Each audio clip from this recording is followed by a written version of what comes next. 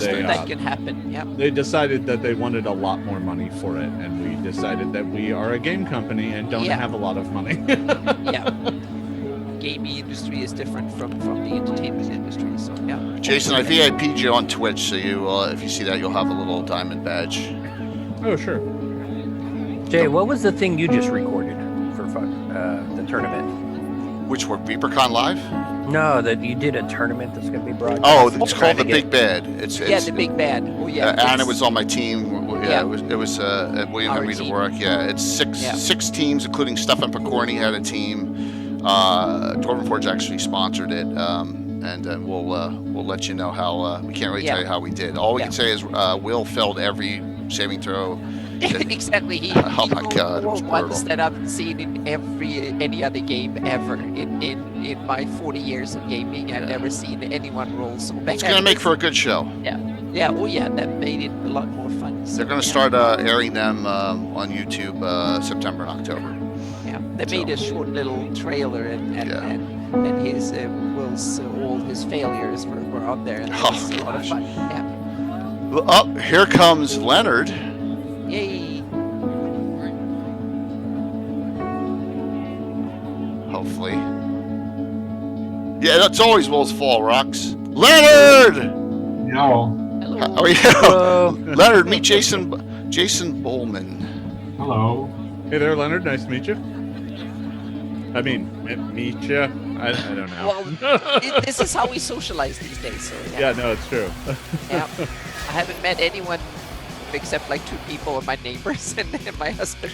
That's the only Scott people I've Wiley, seen it's the last okay 4 if you months. gotta lurk tonight, man. Understood. I was lurking on your show this afternoon. Lurking's fine.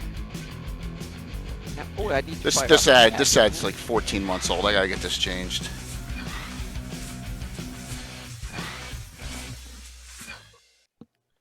How you doing, Is Gary joining us? Gary, Gary's probably not on yet, so I can say this. Gary's very pretentious and comes on when he wants, right? Nah. So he's scared of Len, so he'll wait till Len goes off.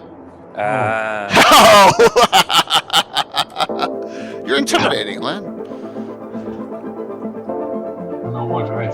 Why would he be frightened of me? Oh, Oh. just kidding. You're a legend. You're a legend. Did you get that book I sent you, by the way? Yes, I did. Well, not the thick one. No, the one you just sent a couple days ago. I haven't gotten that one. No, I got the one about 4 weeks ago. Yeah, there is such a thing as book rate. They call it something else, though. Yeah, having it media takes a mail. lot. Media mail. So Media mail, correct. yes. So some nice dice. So I looked at my calendar, and Thursday's a Miniature Building Authority quarterly giveaway. I was like, ooh, nice.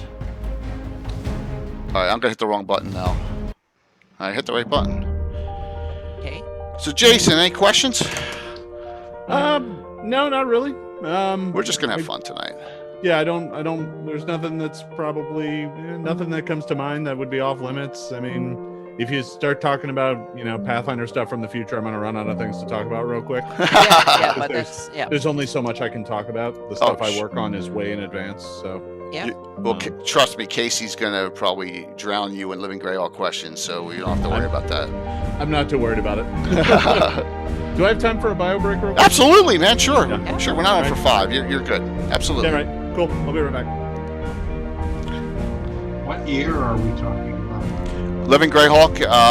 So Jason Bullman was a vital cog in Living Greyhawk, and that Paizo Hawk era, where Paizo had all the information and had the Dragon magazine, the Dungeon magazine. So yes, Jason published the Adventure Paths and yeah, Adventure Paths and all that. So, but we're gonna talk about some other things too. But Jason's gonna be a really great guest. Yeah, he's been for years now in the gaming industry, and that's awesome work in a whole bunch of fields actually. So and publishes his own little stuff on the sides as well. So Yeah, it does a lot. yeah, not only Pathfinder stuff, but some other little stuff, and he can draw awesome maps too. Yes, Katano, Len is legendary. Legendary. Yes, Yeah. absolutely.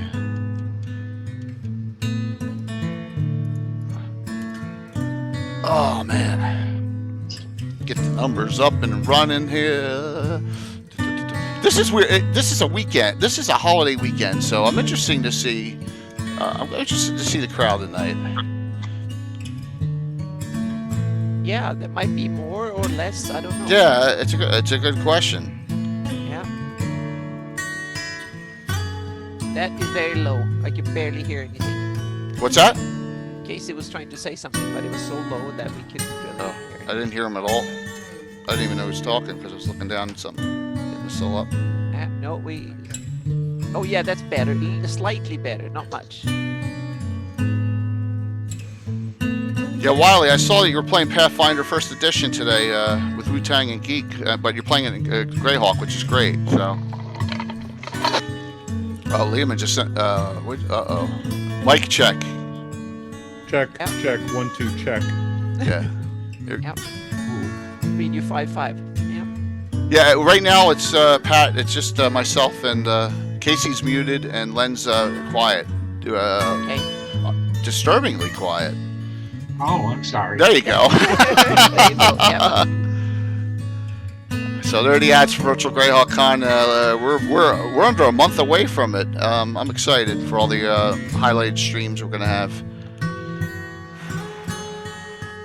Well, I'm not a Pathfinder person, but that's the way that is. Casey must be having issues. He relogged. No worries. Yep. That's all right, Len. I mean, you and I are old schoolers, you know. Yep. I'm the Pathfinder crowd.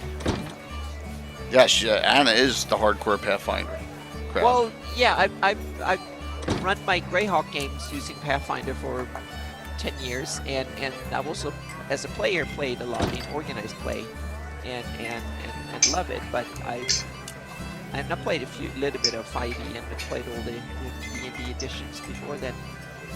So it's, Well, no, I've heard good things about Pathfinder. It's just I haven't bought the books. yeah. Well, the good thing, Len, is that if you ever want any advice, directly, for every show, Anna's the expert on it, both Pathfinder First and Second Edition. So, to get a hold No, of I'm not an quickly. expert. And today I can especially say I'm not. Oh, an really? expert. Well, okay.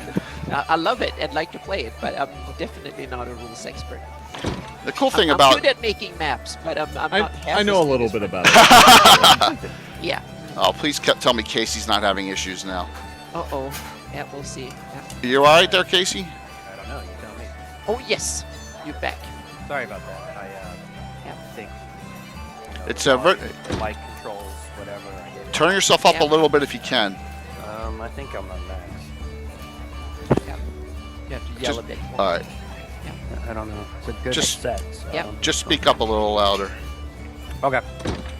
All right. We always come on a minute early, so welcome tonight for really. We got more and more people coming on. Really exciting discussion. Tried to put up as much and find as many of these references, the dungeons I could pull out of my old archives. I found most of them, so just to have them in archive. Good evening, everyone. Thank you for coming on tonight. I'm J.K. Lurkazumba, and we're really honored to have a really very special guest on tonight, Jason Bowman. Jason, welcome. Thank you very much for coming on. Thank you. Glad to be here.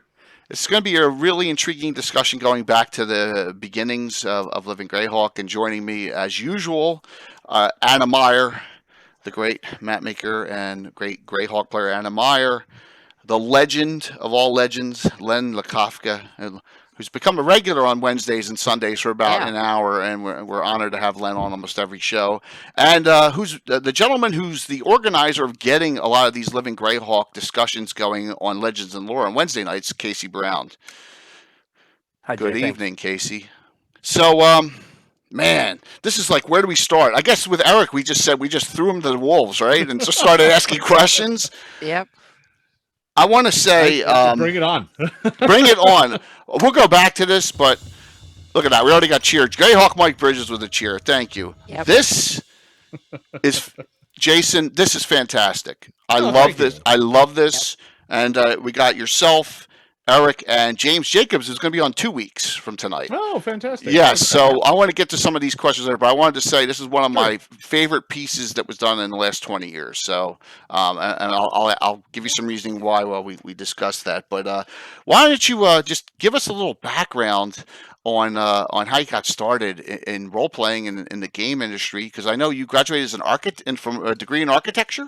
Yeah. So I grew up in Milwaukee, and so gaming was a very, very common hobby in Milwaukee in the early '80s, and I was introduced by a friend at school, and we started playing, and I was like 10. And that year, later that year, I went to my very first Gen Con. So back in the old Mecca Convention Center. So that was '87.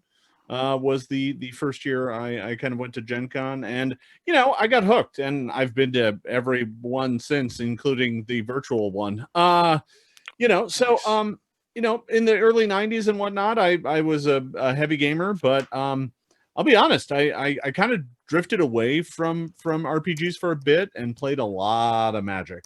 I played entirely too much Magic the Gathering, but I got dragged back in by the RPGA, actually. I had some friends who were playing, and it seemed like a fun thing to do at Gen Con, and so as a result, I kind of ended up going back into a lot of tabletop gaming because of the RPGA. There was a period of time, I think in the late '90s, these are the only trophies I've ever won, was they used to give out trophies for the best role player. They used to vote, right? Yeah. And so I have like 8 or 9 trophies for best of show, for classic and living play. The very first one of those I won, I didn't even know I had won. I left the award ceremony halfway through, and then like 3 months later, I got this huge crate sent to me filled with all the game products I had won. And I was Nice. like, what the hell happened? So I wasn't involved with the RPGA in an official capacity until the launch of the Living Greyhawk campaign. Which, funny enough, I almost didn't join. Wow. Like that summer was a weird summer for me. I mentioned this in pre-show, but the previous summer I had been a performer in the Renaissance Fair. There's a Ren Fair between Milwaukee and Chicago, right on the border, and I was a performer in the previous year, and then in I think this was the summer of 2000, I had applied to be maybe it was 99. I think I might have the years mixed up, because the Greyhawk campaign actually got launched in 99 in the planning phases as a campaign.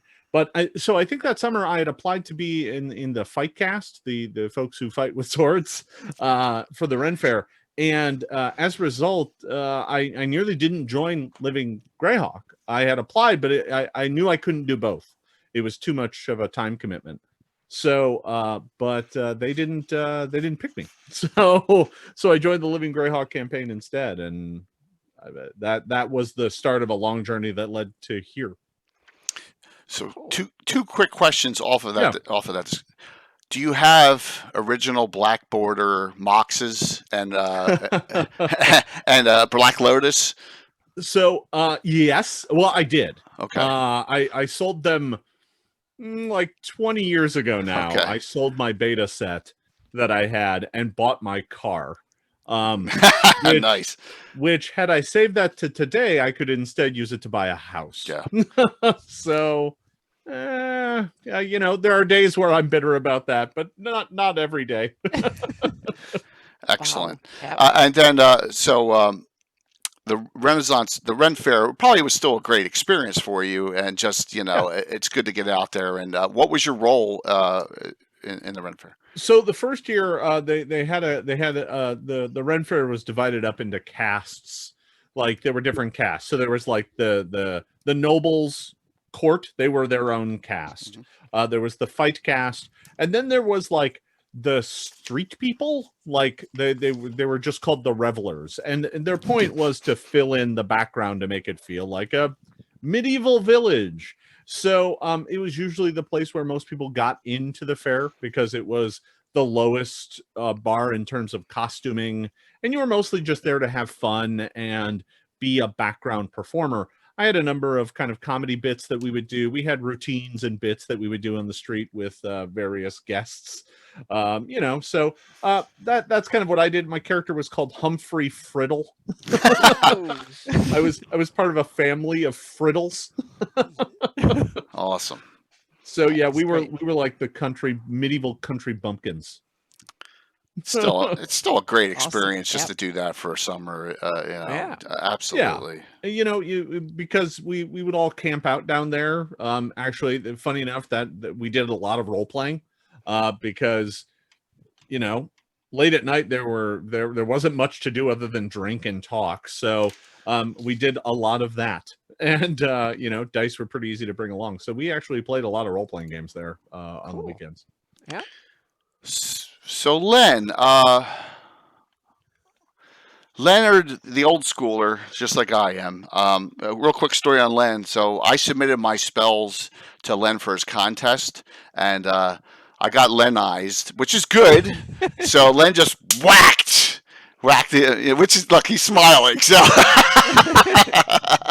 it was good. It was great. It was quite that severe. I wasn't, Len. I'm just kidding. I'm just jiving with you. My But it was great. father doesn't reach that far. It was great constructive criticism. So, Len, I know you and Jason have never met before, and having a true legend on the show like Len, Jason was really instrumental in a lot of things that happened with Greyhawk post Gary, all for the good, I think. I mean, I think it was a lot of fantastic Yeah. publications.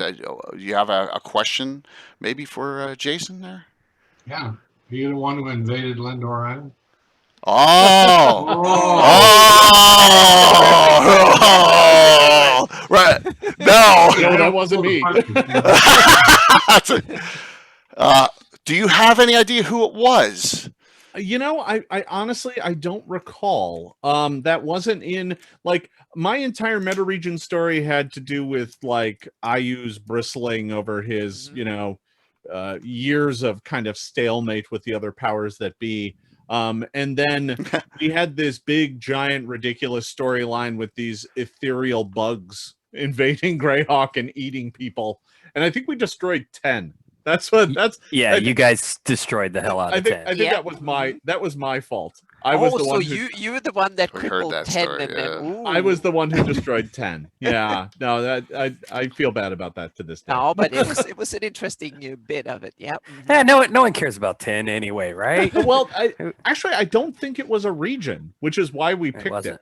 Ah. No nation had 10, so we were like, well, let's destroy 10. Yeah, and that allowed us in the BK. We asked for special permission in year 3 or 4 or whatever it was to use these ether threat monsters Yeah. in a regional interactive set in the Tangles Forest. These monsters were in what was the special on the Isles of Woe, right? Isle of Woe. That was an amazing Yeah. core special. I forget if you were involved in writing that or not. I did write it, as a Yeah. matter of fact. I am Okay. the one who wrote Isles of Woe. All right, And well, I'm did glad the- that and did came the to my maps. brain. Yep. Yeah.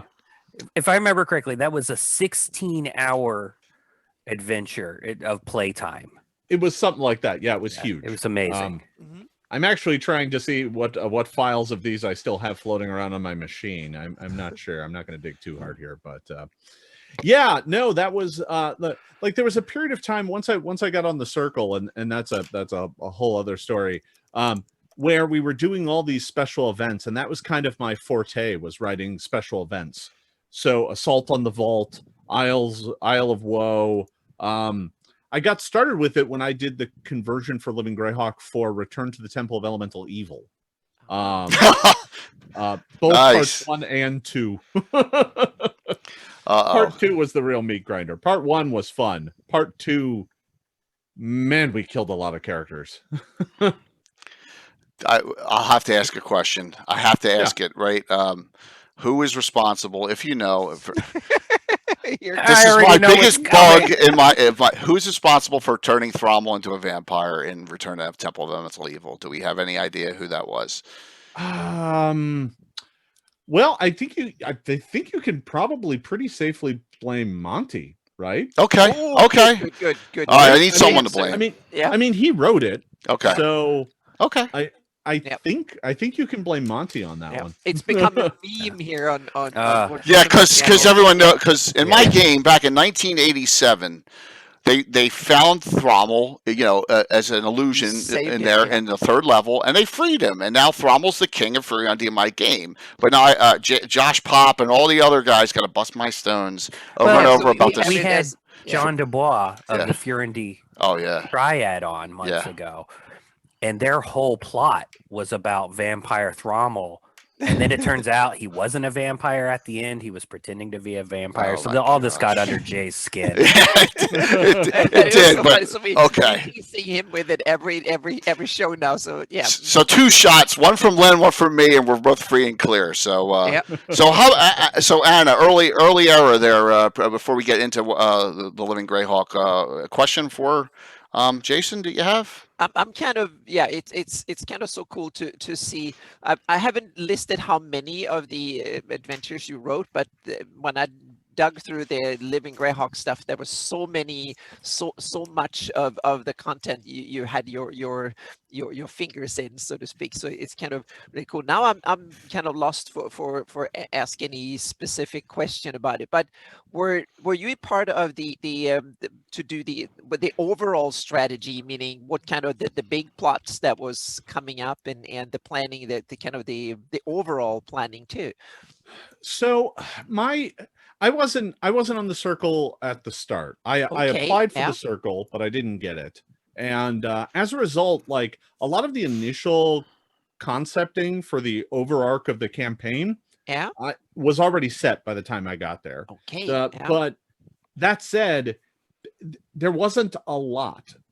There was a lot of kind of individual threads floating around, but with Eric departing the campaign pretty early on because he left Wizards to go found Ah, Paizo. That's true. Yeah.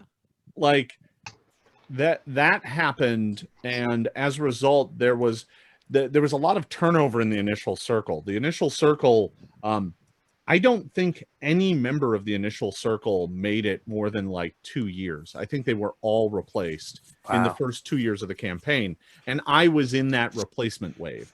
So as a result, I was kind of left plot-wise to Yeah. invent whatever I wanted. Mhm. And so I tried to focus on doing some bigger picture things with the campaign, trying to make bigger stories. And a lot of that was what classic modules, what bits of nostalgia could we call upon to excite some folks. Yeah. And that was kind of our main goal. And to be honest, it was such a blur because there was so much work to do Can I imagine? between managing the core modules. Each one of us had 5 regions underneath us that we had to review all of their scenarios. I just found my folders Wow. of those, and there Oh. are dozens and dozens of scenarios we had to go through every year. And as the IU's meta region, I had Bandit Kingdoms, I had Furiende, I had High Folk, I had Perrinland, and I had the Shield Lands. Wow. And Yeah. that, on top of that, I had the IU's meta region, so I had the meta regional modules to write. And to be honest, I really cut my teeth in learning how to make exciting adventure content in Greyhawk. Yeah. There were so many that had to be done in such a short period of time that really it kind of forged a lot of skills that I would then go on to use when I became the managing editor of Dragon. One of the things that we've talked about with the other tribe members is how much time we all put into the campaign, 20 to 50 hours a week. On maybe even on the low end sometimes. I'm now guessing you were easily in that range and probably higher with all the editorial work you were having to do and RPGA, Yeah. probably networking and communicating. Yeah, well, and the circle members weren't volunteer. We were contract. Okay. But we didn't get paid much. It was a couple grand a year. But we also got flights and hotels for all the shows and everything that we had to go to. And like the RPGA took me to Australia to go visit, but it was not a full-time position. It was a contract position. Yeah, it was just a contract position. Yeah. So, and it was, if I recall, it was like $2,000 a quarter, something like that. It wasn't a lot.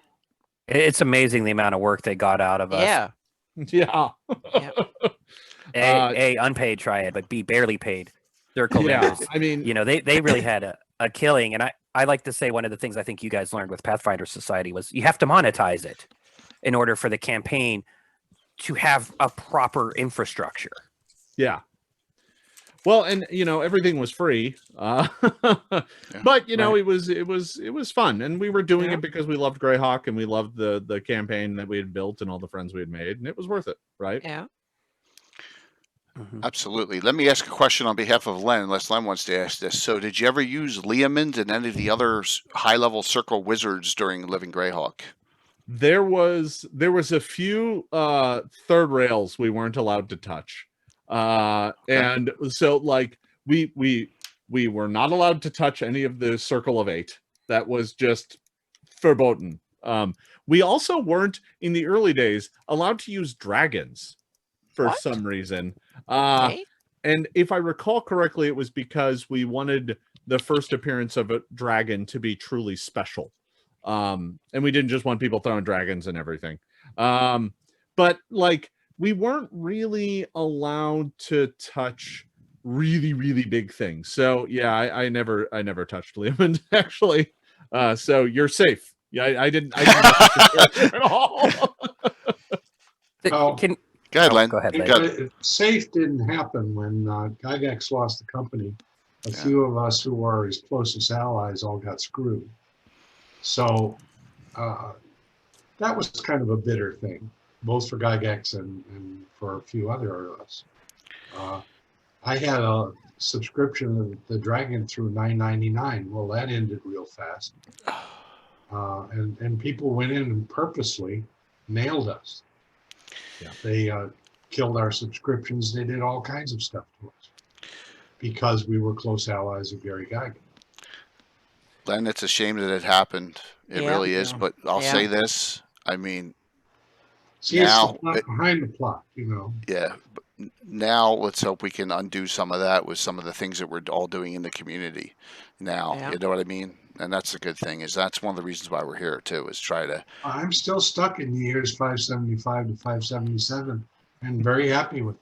Yeah. And that's where Anna's map is. Anna's 576 map has been I approved. had to go back. I the first version I made was actually made after the Living Greyhawk, so I tried to take all that into account. But a lot of people say, "Oh, we want a 576. We want a 576." So I made a 576 version with a lot of the content added, but I reversed the political situation. So it's kind of a mixed thing. Yeah, I think Living Greyhawk was set in 590s. 590. 586. 591 to 598. Year for year, wasn't it? 2001 to 591 all the way up. With year 0 being the odd year when they launched at Gen Con.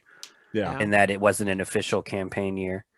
I think if I recall correctly, it was like year 0 / year 1 was like a year and a half long. It was weird. Which that leads me to the question: if you were not the original Circle member, I've got to correct my book. $9.95 on Amazon because I have you. You got it in. I did get it in. And Hail I use. I haven't gotten that in yet. Oh my gosh, Casey. So here's the thing. I think I was the first IU's meta region Circle member, because the original Circle, if I recall correctly, weren't associated with meta regions necessarily. I don't think meta regionals existed when the campaign launched. We had core modules, we had regional modules, and then we had adaptables. If you remember those. Absolutely. Which were wishy-washy adventures that were kind of only were set in neutral territory, and then your local region would adapt it. And I never quite got the point of those. They kind of faded out of fashion pretty quickly. And they had to be right. The adapting took work, almost Yeah. as much work as say writing a bare bones adventure. It was ridiculous. I think the meta regionals first appeared in year 3. I could be wrong on that, but that's kind of my memory of based on I use meta regionals. That sounds roughly right. Yeah, I suspect before that maybe there were some core mods that were set in various parts of the planet that we might now look back at and would have called meta regionals. But I joined in late year 2, so some of the early year 0, year 1 history still eludes me. The Jeff Triad people were great because a lot of them went way back to year 0 and what they were calling years -1 and years -2. But were you ever a Triad member before the Circle? Because I don't remember what part of the country you were in. So, and I was just able to confirm the meta regionals did start in year 3. I am staring at meta regional. I use 3-01 across the border. I have the. Oh yes. Awesome. So I remember that one. Yeah, because it was the first time anybody ever went into Ayuza's territory. Yep. Anyway, no, when I applied to be a part of Living Greyhawk, I got hired on as a High Folk Triad member, and it was me, Chris Tulloch, and Dan Cunningham. And the three of us worked really hard to create kind of the High Folk Bible, the primer Bible of our region, combing through every source book that was out there to dig up all the information we could on the region, and we had it as these little green comb bound documents. It looks fantastic still. It still looks great. Yeah. That we brought with us to the first meeting at Winter Fantasy of all the Triad members, the first like campaign meeting. And that's where I met Eric Mona, actually. I think that was Winter Fantasy 2000. And we got to play test or play 3rd edition D&D for the first time there. We had been given the rule books early so that we could start writing our own, modules and stuff to have them ready for launch. And yeah, I remember playing a game with Eric Mona, Chris Tulloch, and Dan, and we were playing characters from High Folk, and we hated half orcs, and we never got to the adventure. Like we just picked a bar fight and ended up having to run from the police. It was a mess. It was a disaster. Like we never actually got to the adventure, and that left an indelible mark in Eric's brain, apparently, because 4 years later he hired me. How did you find the RPGA to become a Triad member? I had joined the RPGA sometime in the early to mid 90s. And I played a lot of classics. Back then, the classics were the adventures that came with characters provided. I played a lot of those. And then I played a fair amount of Living City. Not as much as others, and I never quite, there were a lot of folks in Minnesota and Wisconsin and kind of the Midwest that played Living City to win. Like they traded certs like they were money, and in some cases paid money for them. And so I never quite got that deep into it. I was most proud of my paladin wielding the sword Pax.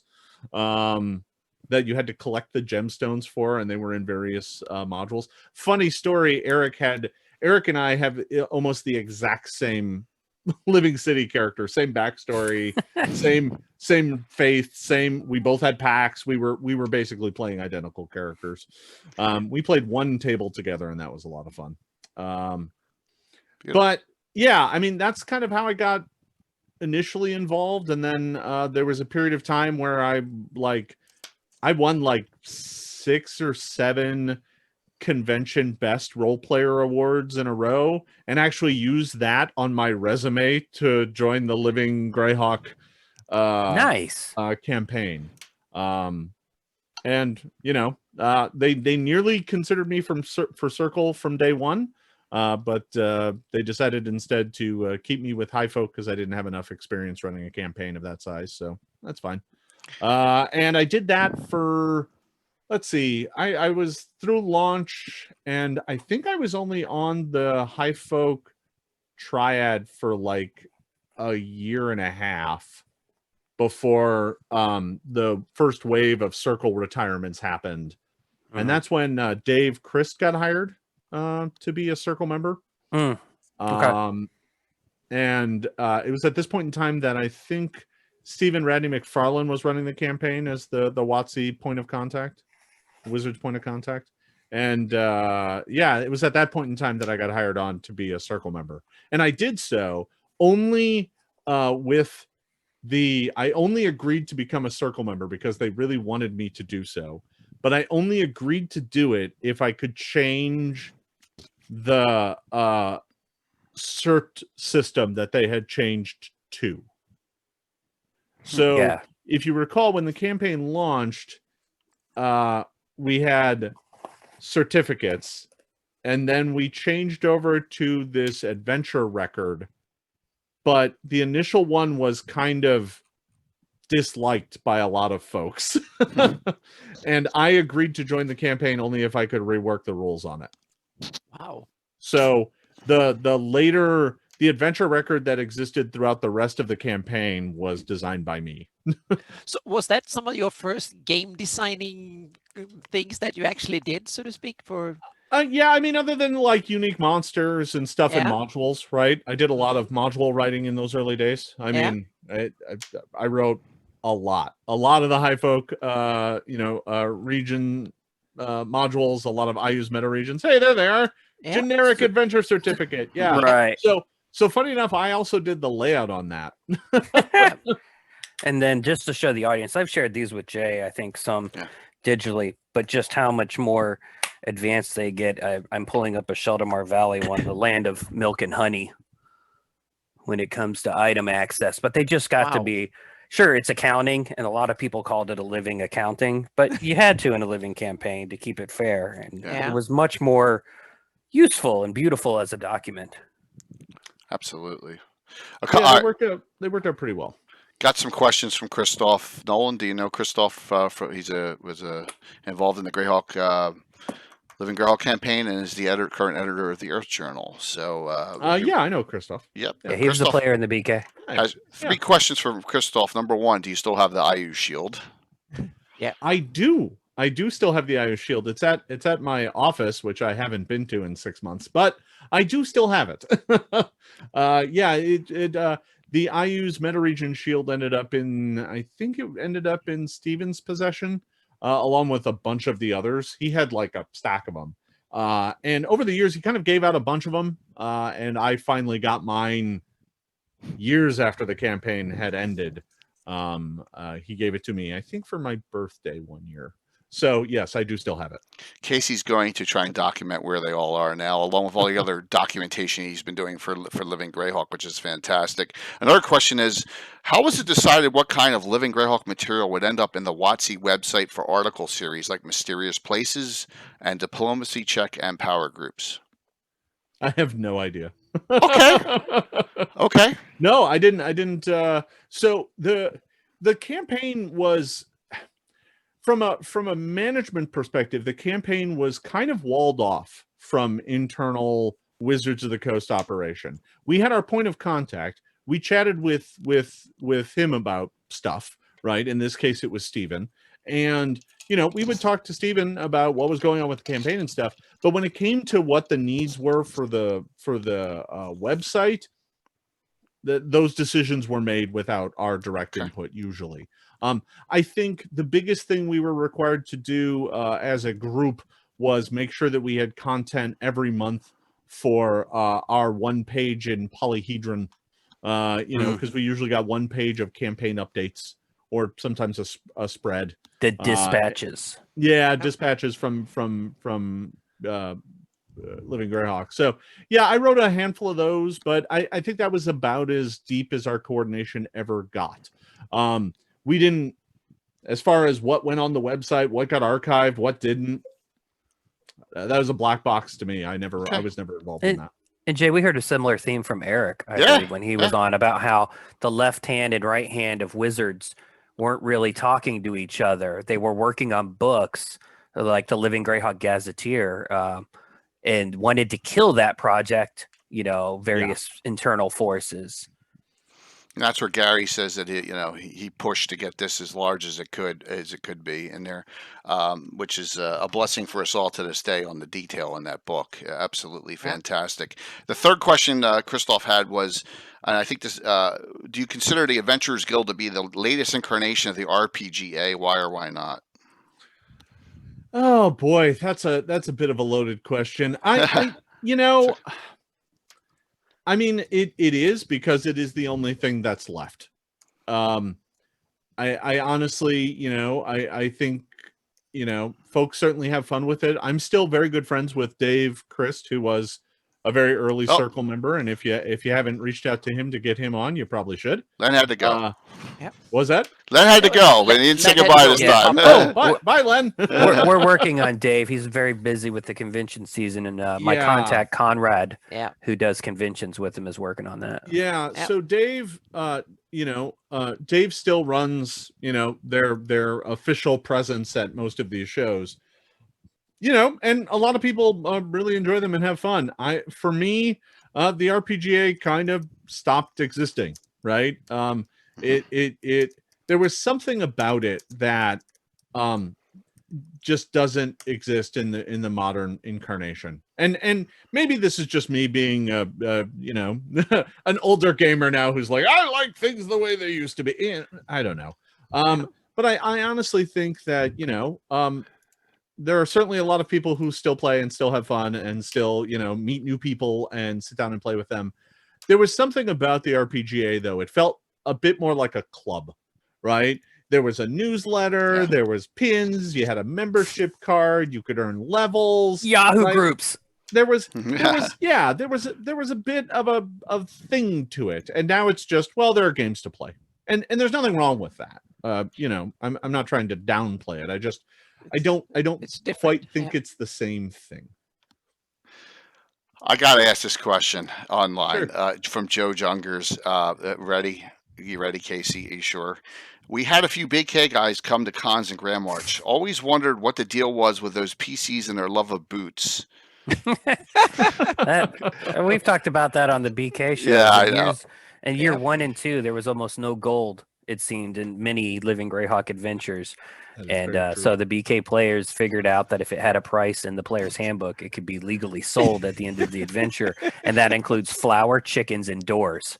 Those are kind of the 3 crazy things I've heard of being taken and sold. But I believe this is a gentleman from Grand March who shared a story with me earlier that a friend of his played with BK players, and they fixed a wagon in the adventure to use it to carry around dead bodies, and at the end of the adventure sold the boots and the wagon. Sure. I think we called that Greyhawking the dungeon. That became a turn of phrase of like, we're gonna Greyhawk the dungeon. And that generally meant we're just gonna sell everything that isn't nailed down. Including and if it's nailed down, you just get out the crowbar. Right, exactly. Yeah.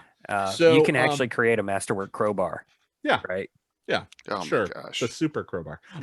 But I think it was those early years were everybody was so cash tight because, to be honest, as a campaign, we were very careful. There were very specific limits on what you could and couldn't give out. And it was actually calibrated a bit too tight because the thought was, they'll get everything. So, they'll be where they're supposed to be. Unfortunately, that's not actually how people play games, right? They miss things. They didn't go in that room with the chest that had half the adventurer's wealth in it. So you repeat that over, 30 sessions, and all of a sudden your character is behind on money.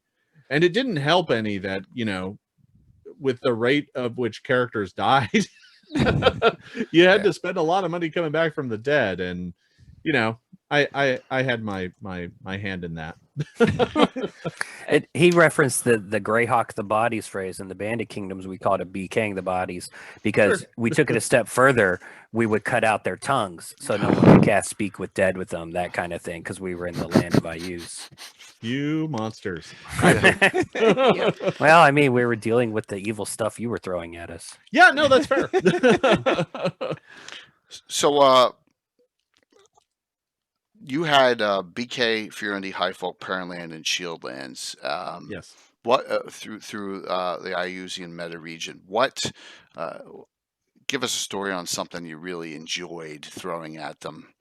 You know, whether it was Well, so like some of the favorite things that I used to do, right? As the meta region coordinator, I would go through everyone's adventures. And I was always amazed, because Parentland was Australia, and their adventures were always really different from everyone else's, and they always wanted to do crazy stuff, and I always had to be like, no, we're not doing that. Like, they constantly wanted to play around with Igwilv, and I get it, that's tied to that region, and at that point in time, so. But I always had to kind of rein him in. Personally, though, my fun was always trying to write adventures in which the players would experience the adventure, they'd go on the adventure, and in the end, things would go wrong and it would be invariably their fault, right? So, like, the entire Ether, threat arc was launched by the players doing something terrible on the Isle of Woe. And in fact, like, the Isle of Woe special kicked off that entire storyline, and I had to write a contingency just in case no one made it to the end and actually triggered the events and unleashed this swarm of ethereal bugs all over the world, right? But in the end, it was the players who did it. In fact, I know exactly what players did it. It's a crew of Minnesota gamers that were rather well involved with the campaign at the time, and had, super tweaked out perfect characters. So naturally, I could count on them to make it to the end and unleash the apocalypse. And then I think we talked pre-show that you decided just to obliterate 10 because it wasn't a region at the time. Yeah, well, that was the next step. Was the bugs invaded a nation that was on, I think, nearby to the Isle of Woe. They moved and just invaded and consumed 10. And I think that adventure was called Escape from 10. Yeah, it was good times. Excellent. If I remember correctly, it was just wave after wave of the monsters coming after you. The adventure made it very clear that this wasn't a threat you could beat. You could merely survive, and that was as good as it was going to get. Very fantastic. Wow. It looks like in 2004, you went to become managing editor of Dragon, and you were hired by Paizo in 2004, or was it before that? So so chronology wise, right? Okay. Living Greyhawk forms in 99. Campaign launches at Gen Con 2000 with the release of 3rd edition D&D. I was a Highfolk Triad from that point through up to 2002 Winter Fantasy, which is when I was hired to be the IU's Meta Region Circle member, which is a job I kept from that point all the way up to the point where I departed the campaign in October 2004. Okay. And that was the point where I got hired by Paizo. Now that was a weird thing too, because at that point in time, in 2004, I'd written Mad God's Key, an adventure that appeared in Dungeon magazine, but it wasn't quite out yet. I'd been writing a ridiculous number of adventures for the RPGA at this point in time, and Wizards of the Coast had an opening in their design department, and I applied for the job. And I did not, in fact, get the job. But as part of the process, it's a multi-round thing. And for the final bit of it, I got flown out to Seattle there it is, to interview. And I was good friends with Eric from Living Greyhawk days. So I flew out here. I hung out with Eric one day. I visited the nascent Paizo offices, and they put me to work going through the slush pile looking for interesting things. But I was out there to apply for a job at Wizards. And ultimately, it came down to me and one other person, and they hired the other guy. I think they hired Steve Shend. I think that's when Steve Shend got hired by Wizards. And so I went home, and this was the summer of 2004. So I went home and, went back about my business. I went to Gen Con that year and, had a good time, talked to folks, did my things at Gen Con. We, had another good year. And shortly thereafter, I got contacted by Eric, who said, hey, we have an opening. That round where people got hired, we lost someone and we need someone to fill that spot. Can you take it? And I said, yeah, sure. So I came out to start working for Paizo just a few weeks later. I think I gave like 2 weeks notice. I was an architect at the time. Well, rather an architectural assistant. I didn't have my license. Okay.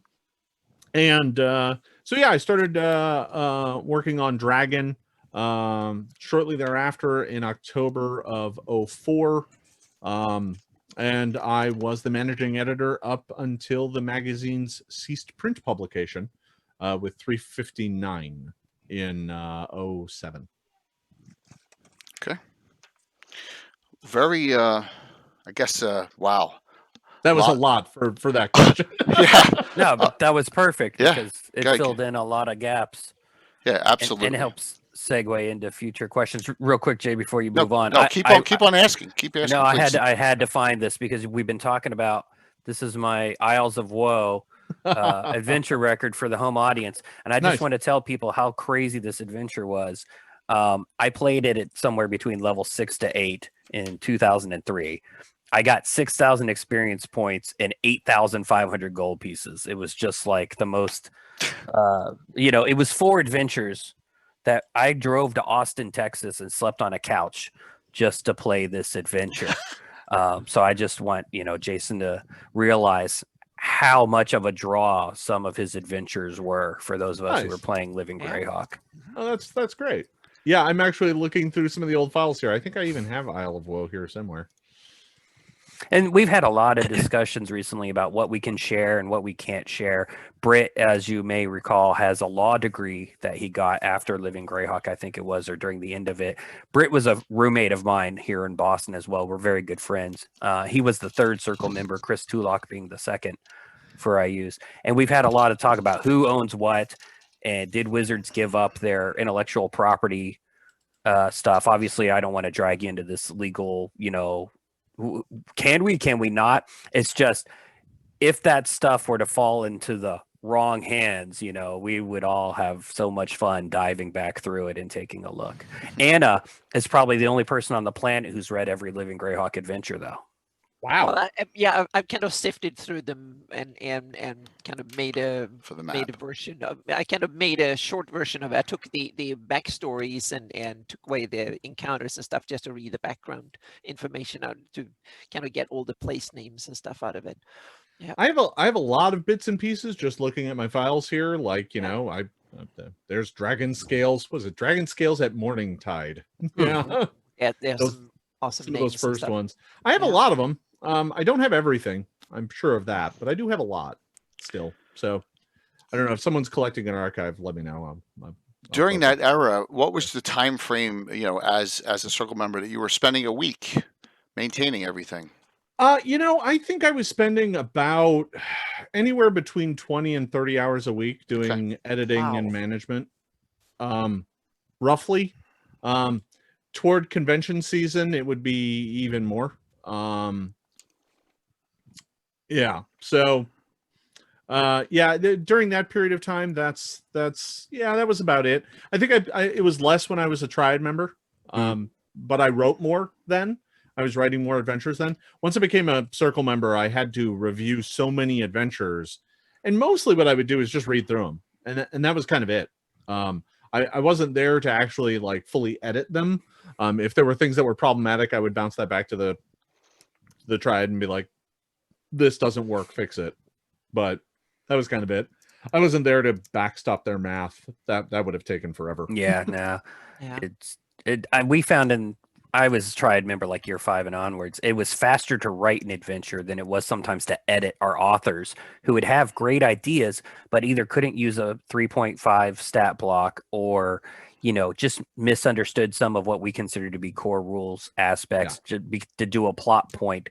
So I can understand why you're like, I don't want to check the stat blocks. And I gave Chris Tulloch, headaches with some of the stuff I wrote. So luckily you were spared that because you were gone before I became a Triad member. That said, I mean, don't worry, the Australians had you covered. They would send me adventures that were like 60 pages long. I'm like, what is this? They'll be on September 30th. Yes. At least one or two gentlemen from Australia, and they spun off, right? They had Radic came back, half of Australia, so they're going to be on the September 30th show, I think. So that'll be great. We can ask them how much of a hard time did they give you guys. And I have a short Chris Tulloch story. Go for it. Oh, sure. I did get to meet Chris probably 2 or 3 times, and Chris and I go way back. apparently, see, and I didn't realize that. And obviously Greg Marks too. You're probably good friends with Greg. So down in the BK, we were doing a LARP style interactive when Chris was a Circle member, and we decided we really needed Boneheart Jumper at this event. It was set in Rookroos, Lord Marshal Mortoth's palace, all the stuff from I Use the Evil and Living Greyhawk Gazetteer. And we told Chris, like, hey, we will fly you down to this con in Texas, put you up in a hotel room if you will agree to play Greater Boneheart Jumper. Now, Chris, of course, was like, I'm in. And he came down and he did a great job and was a blast. And just having that kind of presence. So unfortunately, while we never got to have that interaction with you in the BK, what I'm trying to share to people is these Circle members were hardworking, but they were also open to the community, and they put in loads of time to help make the Living Greyhawk campaign. And, I think it's the greatest living campaign that's ever been. I'll use the quotes there because it has the word living in the title. And a large part of that is due to the work of Jason and Chris Tulloch and Britt and Dave, all these other Circle members. It really came down to the fact that as an organization, it has never been equaled in terms of the amount of content that it created in just a handful of years. I mean, each region got like 8 modules per year. And, that's hundreds of modules being produced every year for the campaign, not to even count the cores and the meta regionals and the specials and the adaptables. And, I personally was responsible for reading and approving like 100 scenarios a year. That's ridiculous. By comparison, we have our, Pathfinder, society campaign, and it produces two scenarios a month. That's it. And we have full-time staffers doing those things. So, you'll never be able to equal that. It was ridiculous, the amount of content that was generated for the campaign. And, it wasn't all winners, but there was a lot of really great stuff that got produced. We'll say that about our own mods. There's some things that were just trash we threw together. We had a con coming up. They needed a premiere, and an author wasn't able to deliver. I think someone on one of the Discords is doing an Excel spreadsheet that has all of the LG mods by title, APL range, and blurbs. And I think they're up to over 2,300 individual entries. And I don't think it includes most or any special missions. Like, I don't even include the special missions for the BK in my book because they were run for one table. And I don't even have all the details of things that predate me. And I started on them in like year 3 or year 4. So I it think- was a massive effort. Yeah, I think I actually have a good chunk of the specials still. Mainly because I wrote most of them. Yeah, at least a lot of them. can we go Yeah. back to Mad God's Key Sure. real quick? So this got published in Dungeon Magazine, right? Yes. Right here. But it was an official Living Greyhawk sanctioned adventure. Yeah. And I forget if it premiered at Gen Con or if that's just where me and my friends ran into it. But my friends who were BK Triad members sat down and had it run for them by Skip Williams at Gen Con. And Awesome. Skip Skip Legend. is a stickler for the rules. That one. and he's a stickler for 3.0. He never Yeah. went to 3.5. And it was year 4, right? So he was running this adventure, but with 3.0's rules. And my BK Perfect. Triad members, everyone who's a Triad member basically becomes a rules lawyer, right? That's kind of the nature of the beast for that Yeah. role, in my opinion. And they You were have like, to. they couldn't argue with Skip. One of them turned to me, he's like, what am I going to do? Argue with the guy who wrote the rules? Yeah. Yeah, Good luck. right, exactly. But It's like anyway. people tried to tell me Pathfinder rules. I'm like, you do realize I can change those from my phone. Rada. Yeah. Oh, speaking of which, Jason, speaking of Pathfinder, I was digging around getting ready for this, and I dug this out. Hang Hey, on, there hang it on, is. hang on, wait for it. A beta The playtest. beta playtest that I Yeah. printed out, way back. Oh yeah, like God, the how first long ago beta. was this, Jason? It's like that was 10 years ago. Well, actually 11 now. yeah. Wow. And Yeah. just, I want, as a 3.0 well, fan, It's 12. moving on to Yeah. Pathfinder was brilliant. So thank you for Yeah. that. Yeah, Yeah, thank well, you I'm- so I'm- much I'm for glad- that. That was I'm glad you've been able to enjoy it all these years. So Well, I have since then, I'm using the real rules. I'm not just using the beta playtest. Oh, I'm still using this thing I printed out 12 years ago.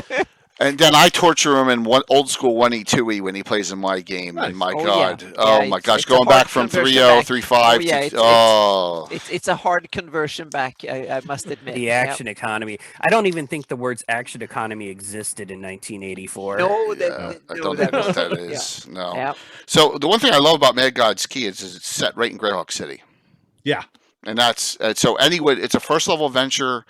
Go check it out. You can always adapt it to whatever edition you're playing. Malden, Dennis Tetro just said he ran it a few months ago. So there you go. So Wow. the legendary Malden. So the thought behind that was, Eric left Living Greyhawk to go work for Paizo, and so we still had good contacts with him, and I reached out and said, hey, why don't I write a dungeon adventure, and we'll sanction it. It'll be legal for us. We'll see if it does well. We'll see if it has good sales. So as a result, I really kind of shot for like a pretty approachable adventure, because we also saw this as a chance for us to get ordinary players to give Living Greyhawk a try, right? And it worked. It was pretty successful. I had always wanted to do more, but then I was out of the campaign and I was busy trying to figure out how to print magazines, which is tricky. So this was published a month before you came to Paizo. Yep. Okay. I had written it earlier that year, and I had used it on my resume in my application for the job at Wizards, but it had not yet been published at that point in time. Okay. And then at Gen Con, after I didn't get the job, because I found out like a few weeks before Gen Con that I didn't have the job. So I had some meetings with some of the folks, Andy Collins in particular, at Gen Con, just to be like, what can I do to make sure that the next time I apply, I do get the job? And they were like, well, you just need to write more. So I picked up freelance there at that show. And in fact, at that show is when I found out that I would be writing on Eberron. And my first hardcover credit then was Secrets of Zendrick. Oh, right. Yeah, which I wrote with Amber and Keith. And that was a lot of fun.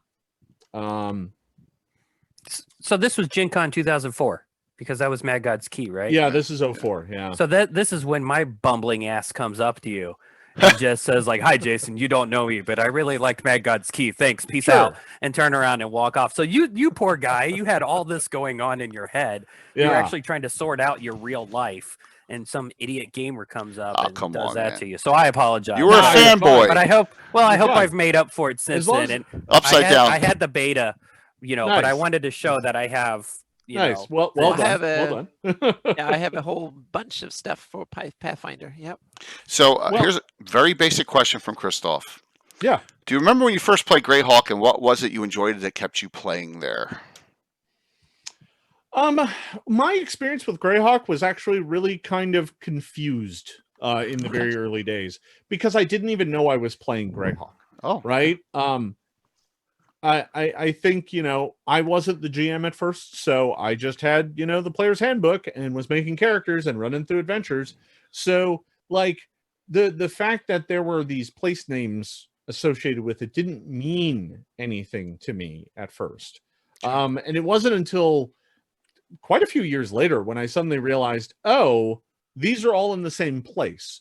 So like I didn't own any Greyhawk products until years later, right? I just had core books and stuff and had played through, Tomb of Horrors and, Keep on the Borderlands. And, I'd played all these, I'd played all these adventures, but I never put two and two together. Right. It wasn't until like the 90s when I really started getting into the game. And then I went back and started buying up old supplements. Living in Milwaukee, there was this great old game store called Napoleon's, which was one of the oldest game stores in the world at that time. It's since closed, unfortunately. But they had all this back stock just floating in a back shelf somewhere. And I just started picking it up from there. That and a Happy Hobby, I think, place near my middle school where I picked up some. So, yeah, my first impressions of Greyhawk were unknown to be impressions of Greyhawk till years later, and it was only really through dungeons and adventures, most of which killed me. So, that's if you're wondering why Living Greyhawk ended up being so deadly under my tenure. That's what I thought Greyhawk was. Well, it fits the I use meta regional So you get into the high folk scene. Yeah. At what point did you say, I've got to read I Use the Evil? Probably when you became a High Folk Triad member? Yeah. So, yeah, we had a real hard time tracking down some of the supplements that dealt with High Folk. We couldn't get copies. We eventually ended up finding scans of them. And I think we ended up getting a photocopy of Marklands, Marklands for the Vespi, which was incredibly hard to find. Wow. Wow. So I don't know why. It just wasn't easy for us to track down a copy. Well, they only printed a couple thousand, probably. Yeah, it was one of the later books, and those later print runs end up getting smaller and smaller as the thing's getting wound down. So we had trouble finding it, but yeah, we I think I read I Use the Evil pretty early on, just because in High Folk he was our main threat, right? I mean, he was across the border and poaching from us all the time. So, yeah, pretty early on. And then, of course, when I became a Circle, I was like, yes, that's what I'm doing. Yeah, it showed. It was great. I mean, the adventure set in Dorica. There was a year 3 I used meta regional, if I remember correctly, where I think, what was it? Acid rain fell from the skies. I actually killed a PC with acid rain in the band. I think I wrote that. Yeah, I think that one is just called Dorica, but I'd have to check. But just good stuff. It was a very dark, evil region. What's fun about these, Jason, when we talk to the other Triad members, they're like, oh, we were in Juff. We were fighting the Fae and the Giants, and we were heroic. And, all right, cool. Eric Menge with these great Fae romance story types, and the Yeomanry with their stories. But every region, had its own flavor. But the meta regions could provide kind of an overarching flavor with their one bad guy. So it was a lot of fun to be part of that in the BK. Yeah. Just looking at my year 3 and year 4 modules. Yeah, year 4 Adventure 1 was Dorica. Yeah, that's pretty nasty acid rain there, Casey. I know there's some specialty Priest of Ayu spells that do effects like that, and oh my gosh. So, Jason, if you're not aware, Casey is running a little mini Living Greyhawk tourney during Virtual really? Greyhawk Con. Three different times, 3 tables, and they're all sold out. And tell them real quick, Casey, what you're doing. Oh, okay. So there was an adventure. I guess I just spill the beans at this point. There was because you edited it or looked at it probably. Bandit Kingdoms 207, Spirits of Vengeance, was written by a gentleman named Chris Gorsuch, and it was run at the Gen Con Open Midnight slot, like later that year in year 2 or year 3, by BK judges for players from out of region. And this mod is set in the Insane Asylum in Rookroost, while it's controlled by the Iusians. And inside the Insane Asylum is Burnell of Halorn, the instigator of the Steelbone Meadows massacre from canon, from I Use the Evil. So this mod is nuts. It's set in the Insane Asylum. And after the very first encounter, the players from the other region just noped their asses on out of there. It was too dark, too dangerous. And they left. They didn't want to have anything to do with it at 1 a.m.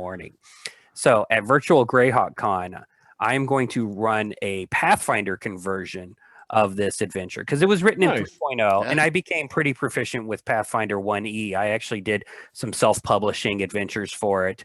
Some of my homebrew stuff, and I took some of my Living Greyhawk adventures, filed the serial numbers off, and have republished them under the Pathfinder compatibility rules and licenses, and had great fun doing that. So I thought, wouldn't it be fun to just take this adventure that many people called, and by many I mean like 6 dudes at Gen Con who got scared and left, the scariest BK adventure of all time, or scariest LG adventure of all time, and convert it to Pathfinder and run it as a tournament.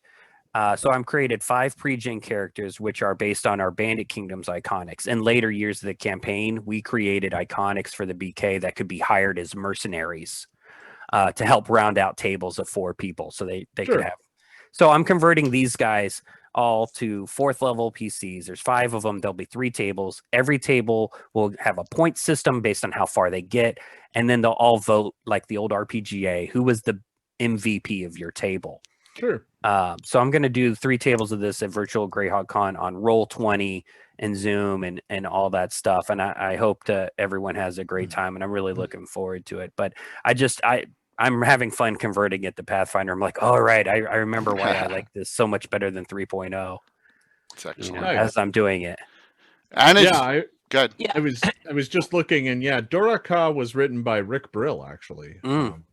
Was a gamer from Minnesota who unfortunately tragically passed away a few years back. Oh, I'm sorry to hear that. He wrote Dora Ka. He had a wicked GM heart just like me. So speaking of wicked stuff, can I ask you a quick monster question? Yeah, sure. Were the demon dead your idea, or was that? No, those weren't mine. Okay.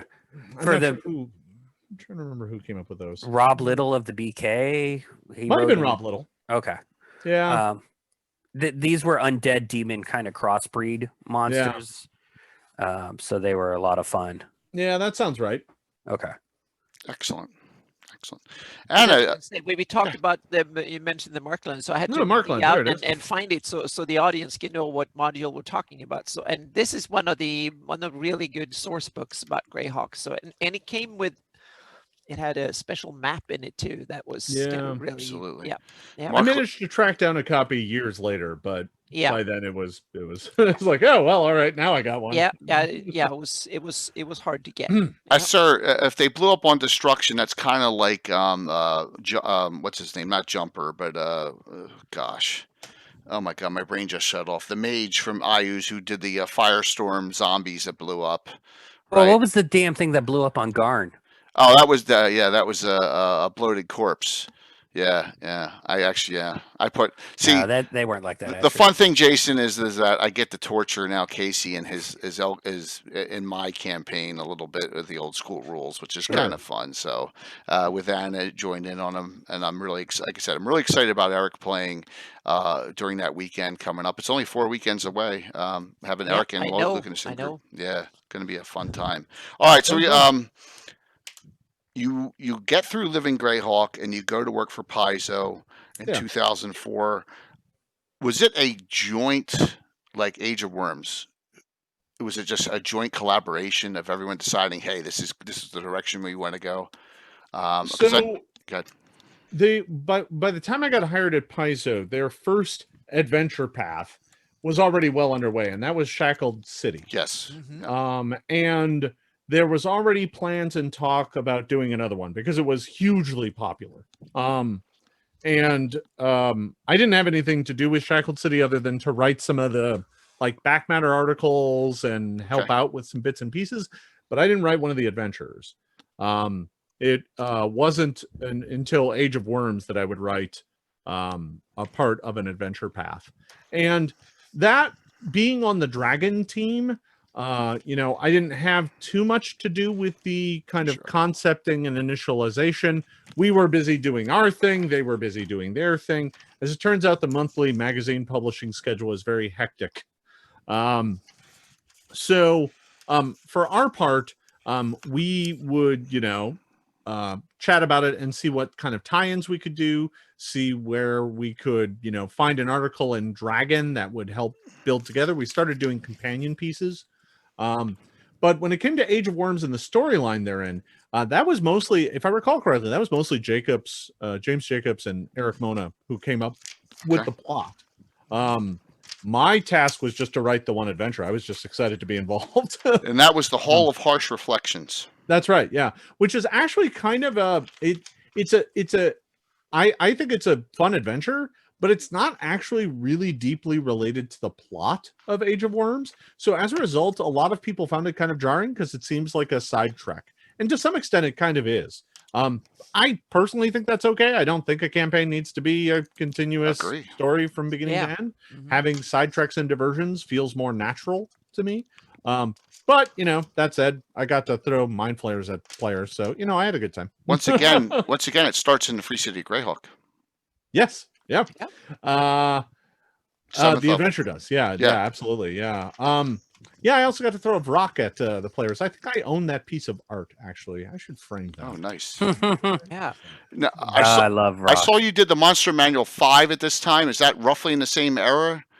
It's around the same era. My early hardcover credits were, let's see, I wrote Secrets of Zendrick. I did some monsters for Monster Manual 5.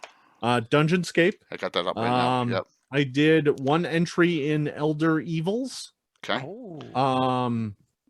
What else? Obviously, there's Expedition to the Ruins of Greyhawk. Yes, which I'm sure we'll get to that one, definitely. What else? Odds and ends mostly. Could you explain Dungeonscape to us, please? So Dungeonscape was the pitch for this book was they were doing books that were focused on different sorts of environments. And they had like a series of environmental books, and they were like, yeah, we should do one on dungeons. So the outlining for that, if I recall correctly, was really kind of weird. I just got a piecemeal bit of like, here's the parts that you're writing. And I think, isn't Rich Burlew in that book with me? I think Rich Burlew wrote part of that book as well. Okay. Of Order of the Stick fame. We collaborated about it and talked about what should be in it. But ultimately it was kind of a weird book because it, like dungeons, I mean, as an environment are certainly interesting, but it doesn't lend itself naturally to a lot of obvious low-hanging fruit. So there's a new class in there, a prestige class? No, there's a class in that book. Oh, okay. Oh, nice. In Dungeonscape, there's I am totally spacing. I'm gonna have to check it out. Anyone know what the class was in Dungeonscape? If you do, it'll come to me. Tana will link it. It's meant to be the Jack of all trades class, and really, it was one of my first like forays into like hardcore rules design. And I believe in development, it got pretty heavily rewritten, but I learned a lot from that. Factotum, that's it. Thank you, Your Honor. There it is, the Factotum. Yeah, I wrote that. Got a lot of rewrites, but but yeah, that was kind of my first foray into class design. That book oddly like flew past very quickly. I only had one module unit in that book, so I think I only wrote about 25,000 words, Okay. which Did you is do- not a lot. I mean, it's a lot, but it's not a lot. Sure. I'm struggling to remember, but there was a demon called the Jovok demon. Was that Monster Manual 5? Was that one of yours? Do you recall? Yes. Yes, Oh my I think God. so. Okay, Yeah. I got to tell you this Uh-oh. story then. Uh-oh. So BK finale, year 8, wrapping up the campaign. We're at College Station, Texas, AggieCon or whatever. And the big final battle, Kranzer, yada, yada. But we had the Vrox flying over the Tangles Forest carrying Jovok demons, and they dropped the Jovok demons from altitude so that whenever they landed on the ground, the Jovok demons would take the falling damage, which would then burst in the 30-foot radius with their aura of retribution. Oh my God. Yeah, those things were used to kill a lot of people. Yeah, and then the other great story about them is a player on an AR had it written by a judge that they captured a Jovok demon, and they were playing a chaotic neutral Dragon Disciple prestige class, I think it was, from the 3.5 Dungeon Master's Guide. Anyway, we had a red dragon in the region, and he wrote on the adventure record, gave the Jovok demon to Morgan Staller, the Red Dragon of the Rift, which was kind of our baby red dragon that we loved in years 4, 5, 6, 7, 8, whatever sure. later. Anyway, so I was responsible for this CR21 Red Dragon in future encounters, and I gave it the Jovok demon as a pet, and it cast, there was a 3.0 spell where it ignored damage done to it. I forget. It was from that Tomb of Magic book, and I always bitch about this spell, but I can't remember the name of it right now. Anyway, the fight starts with the demon inside the dragon's mouth. Quicken breath weapon on the Jovok demon. Drop the Jovok demon. Full attack the Jovok demon, which can't die, with all the 16th, 17th level PCs or whatever at that time standing around it. And unfortunately, our RPGA reward card ruined my plan. They played the reward card where they got to act during the surprise round. One initiative and cast Greater Dispel Magic on the Jovok, taking all the buffs off of it, which took the spell that kept it alive off of it. But anyway, the Jovok demon was kind of a thing in the BK, so thank you. This is why I don't let players roll dice. Oh man, Casey, yeah, you just made me remember that the Living Greyhawk is also where I got my super evil die, and it got most of its work.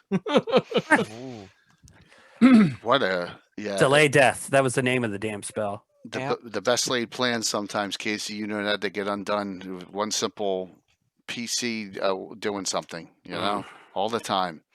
So yeah. Go ahead. No, I recall. So Isle of Woe, that was, I think it was that year. Isle of Woe had a thing in it where we said, if you were playing Isle of Woe and your table had had enough and you were capable of escaping, as long as the whole table went, whoa, you could get up and leave. We'd fill out your AR and you were done. This was around the point in time where I had, I think it was the previous Origins, I had picked up a Meteor D20. And so it's a D20 card from a meteorite.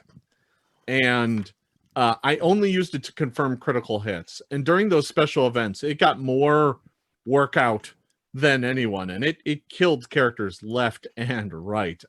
Isle of Woe, I think I killed like 40 or 50 characters that convention. We would take their certs and their die bump certs. You remember those? Those things were everywhere. Yeah. We would take those, tear them up, and put them on an altar behind our play space. And as the convention weekend went on, the pile would grow larger and larger to intimidate the folks that came later. It was a lot of fun. Well, if I remember correctly, one of the first encounters in Isle of Woe was the vampire mind flare. Am I remembering that correctly, Jason?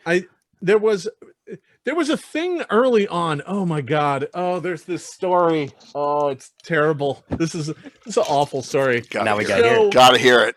Yep. So I was running Isle of Woe, and there was like a vampiric. Was it a mind flare? I'm not sure it was. But anyway, the adventure was designed to be very deadly. Each room was a highly tuned combat encounter.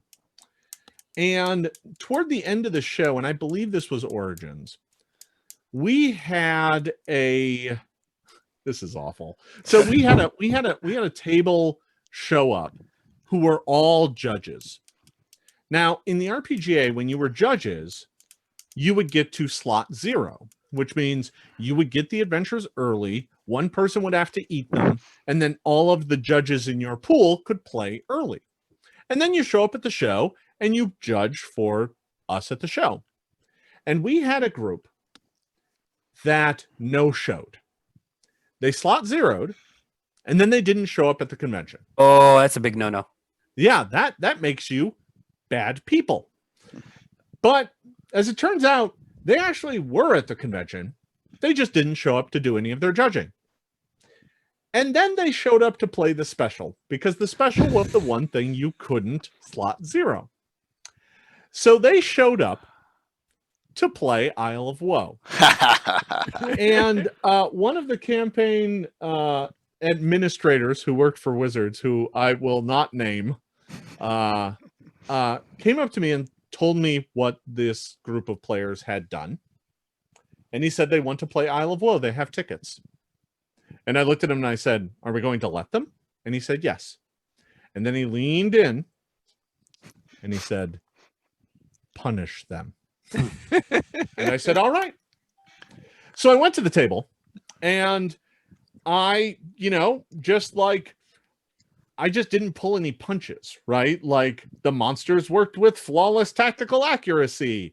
And when they panicked and started opening up extra doors, instead of letting the other encounter sit in the other room, I had the other encounter come join. Oh, that's awesome. So at one point in time, one of the players, and to top it off, like just to add like terrible icing to this cake, one of the players, the ringleader of the group, was one of those players who would tell everyone else how to take their turn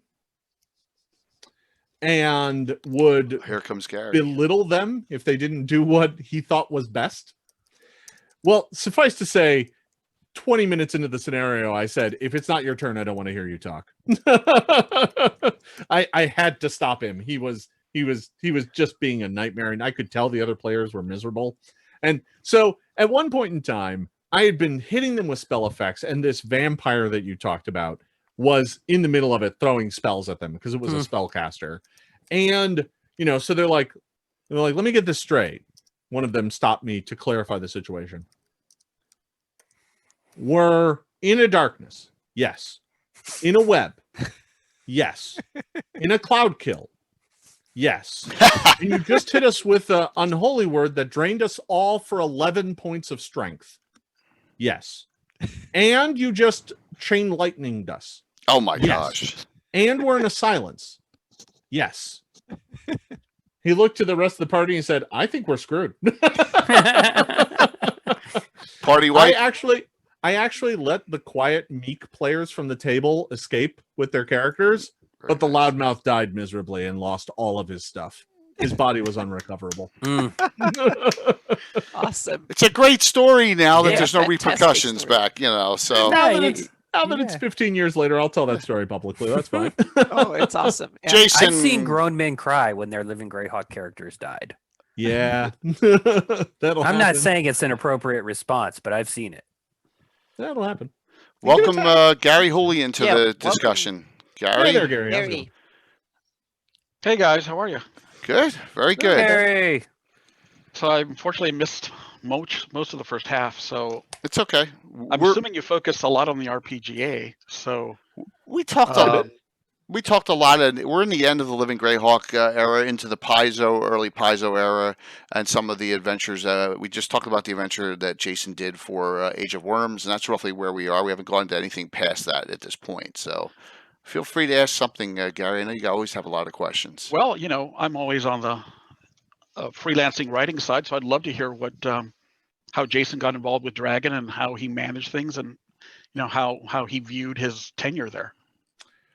My years at Dragon were kind of very, I mean, not surprisingly, very formative in terms of my gaming career. As I mentioned earlier, that was kind of, that's what I left the real world of jobs for. I was an architect in Milwaukee, and when the offer came, I jumped at it. But the years spent working on it were really kind of where I cut my teeth on learning how to be a good game designer. Dragon as an institution was, once a month we had,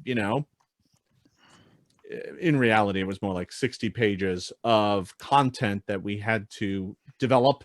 We had to make sure it was in, good rules shape. We had to make sure it was, had good art and had good, grammar. And, there was 3 of us making that happen. That's few. We had 1 graphic designer. We had 3 people developing and editing it. And that's kind of it. That was the team that made Dragon Magazine happen. So as a result, I quickly became known as the guy who knew all the rules. Because I'd come from Living Greyhawk, where knowing the rules was my primary function. Editing 100 modules a year, the only thing I could really focus on was rules. I wasn't there to nitpick your grammar.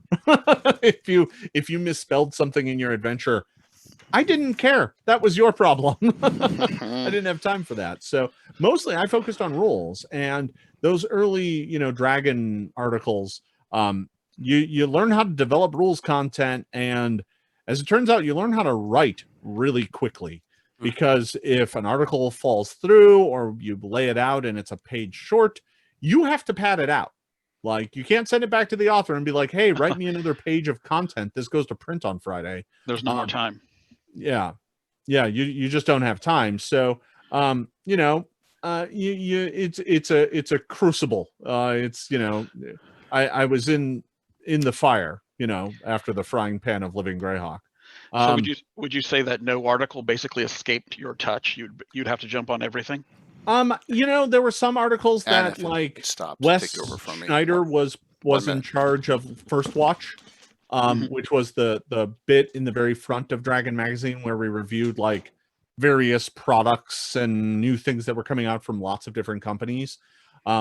We always joked that was one of the cushiest jobs on the magazine, because it also meant you got a whole bunch of free samples sent to you. Always a good time. But, so I didn't touch that very much because it generally didn't have rules content in it. Sometimes we'd get, pieces of fiction or something, I think we would all read through Ed's work whenever he sent it in, just because seeing raw Ed Greenwood is always a delight. Yeah. I love him, but he could ramble about food like no one else. Yeah. And so there were bits that I didn't touch, but on the whole, if it had rules elements in it from Dragon Magazine, let's see, I think, I'm trying to remember what my first issue was. 320 something, 327 maybe. From that all the way to the magazine's end of its print publication, I touched pretty much every rules element in those. So, keeps me busy. Yeah. It was kind of interesting when you those years when the Adventure Pass was run in Dungeon Magazine, you had these companion articles that kind of touched on the setting and the background stories and stuff, and I think that was a brilliant way to kind of tie it in. We would do, with Age of Worms and whatnot, we would do companion articles that looked at the world, and then we also tried to make sure that there was something that touched on the players in Dragon, right? That in Dragon we would be like, hey, here's some player stuff for you to work with, here's some feats or magic items or whatever. And so those were always a lot of fun. I actually worked on a lot of those in the early days. So Worm Food, that's what it was called. I was trying to remember what they were called. The article series in Dragon was called Worm Food. It was a lot of fun. were you coordinating a lot with James on Savage Tide? On the Oh backdrop yeah, articles? no, yeah, Savage Tide was a lot of fun. I enjoyed my adventure for that as well. That And you won a gold. You won an Ennie, correct? that was, I think that might have been my first Ennie that I ever won. I got a picture of the group here, right there with the Ennie, right? Yeah, that's wow. That is an old photo. Yeah. Oh my god, I Yeah. was like 8 in that photo. It's- Yeah, no, those were I think those were some of the first Ennies that we ever won. I collected a lot more for Pathfinder over the years, but Well deserved. Absolutely. Yeah, definitely. So I have to. So Savage Tide was the last adventure path that Paizo had for Greyhawk. Is that correct? And then yes. okay, all right. So And in fact, I think that was the last adventure path in Dungeon because it went right up to To the end. And 150. in fact, when Wizards originally had told us that they were not renewing our license, they had initially picked a date that would have cut off the end of Savage Oh Tide. my god! Oh my god! And it was typical. It was in fact the fact that Savage Tide needed to come to conclusion that decided when the magazines were actually going to end. Ah, Okay. Because we were like, we have to finish this. If we don't, it's a catastrophe. So yeah, that's why obviously, big spoilers, the bad guy at the end of that is Demogorgon. That's why he's on the cover of the final issue of Dungeon. I'd just like to throw this out there that I think it's amazing you ran this magazine with your experience from Living Greyhawk. People, we've talked about how much editing you do as a Triad member, and then obviously you did as a Circle member, but running a professional publication with an art department and freelancers on a scale way above controlling authors in Living Greyhawk, to me is fascinating. I went and got a master's in publishing from Emerson College, the same school that Eric Bona had gone to when he was here in sure. Boston. And I went and got a master's degree with the theory that I could run a magazine. No, going to school doesn't teach you how to do it. Doing it is what teaches you how to do it, I suspect. So if there's any bumps in the road or stories you have from that, I'd obviously be fascinated to hear them. Well, I think, the thing that I look back in my time in Greyhawk is that the campaign really forged a lot of people who now work in the game industry. And I don't know if that's, is it, correlation, causation? Yeah. Right. But, so, the High Folk Triad was me, Tulak, Dan Cunningham. Dan Cunningham unfortunately passed away in the first year of the campaign.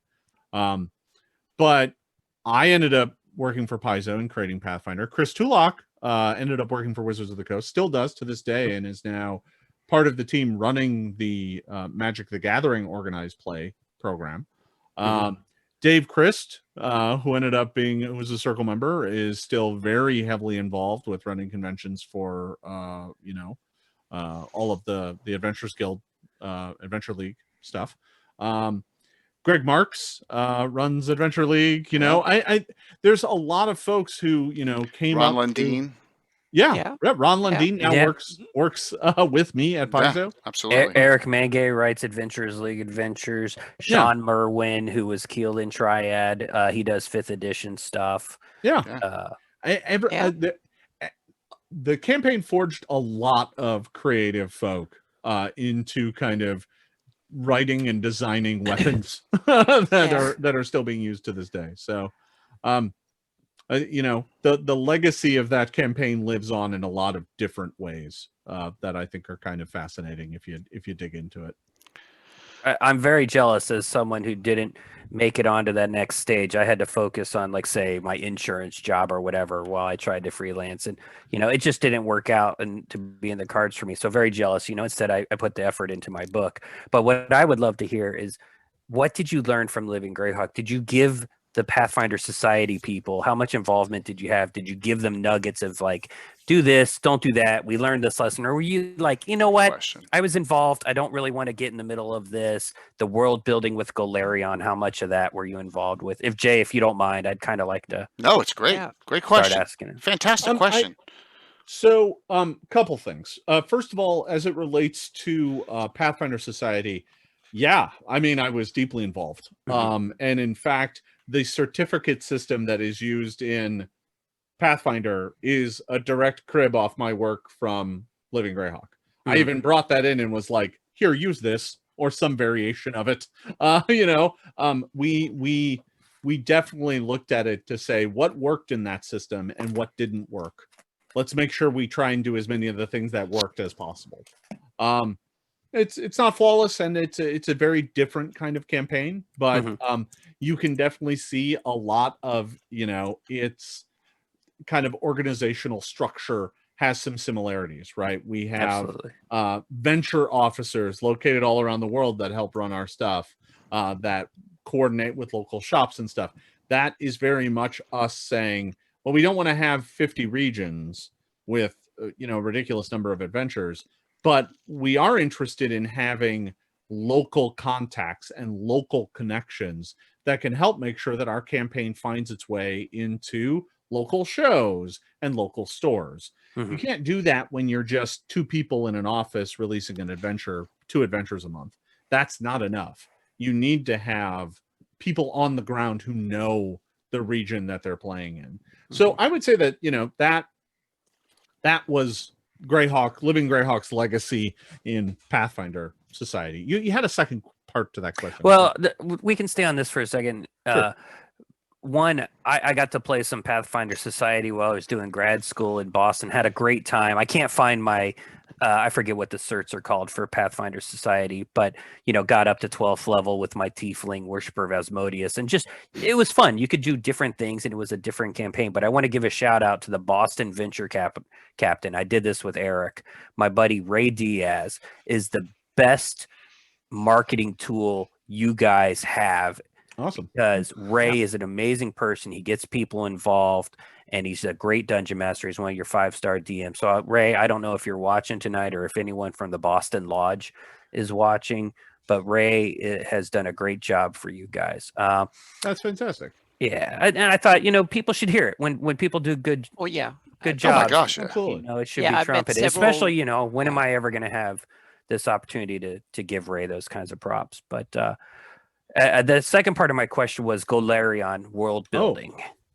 So I think for me, the thing that we really tried to do with Golarion, and, it's important to remember that the people who did a lot of the initial design are, James and Eric and and we're all big Greyhawk fans. Yeah. And I think a big part of, what we took away from that was, in Greyhawk, if you have an idea for an adventure, there's probably some place where you can set it and have it make sense.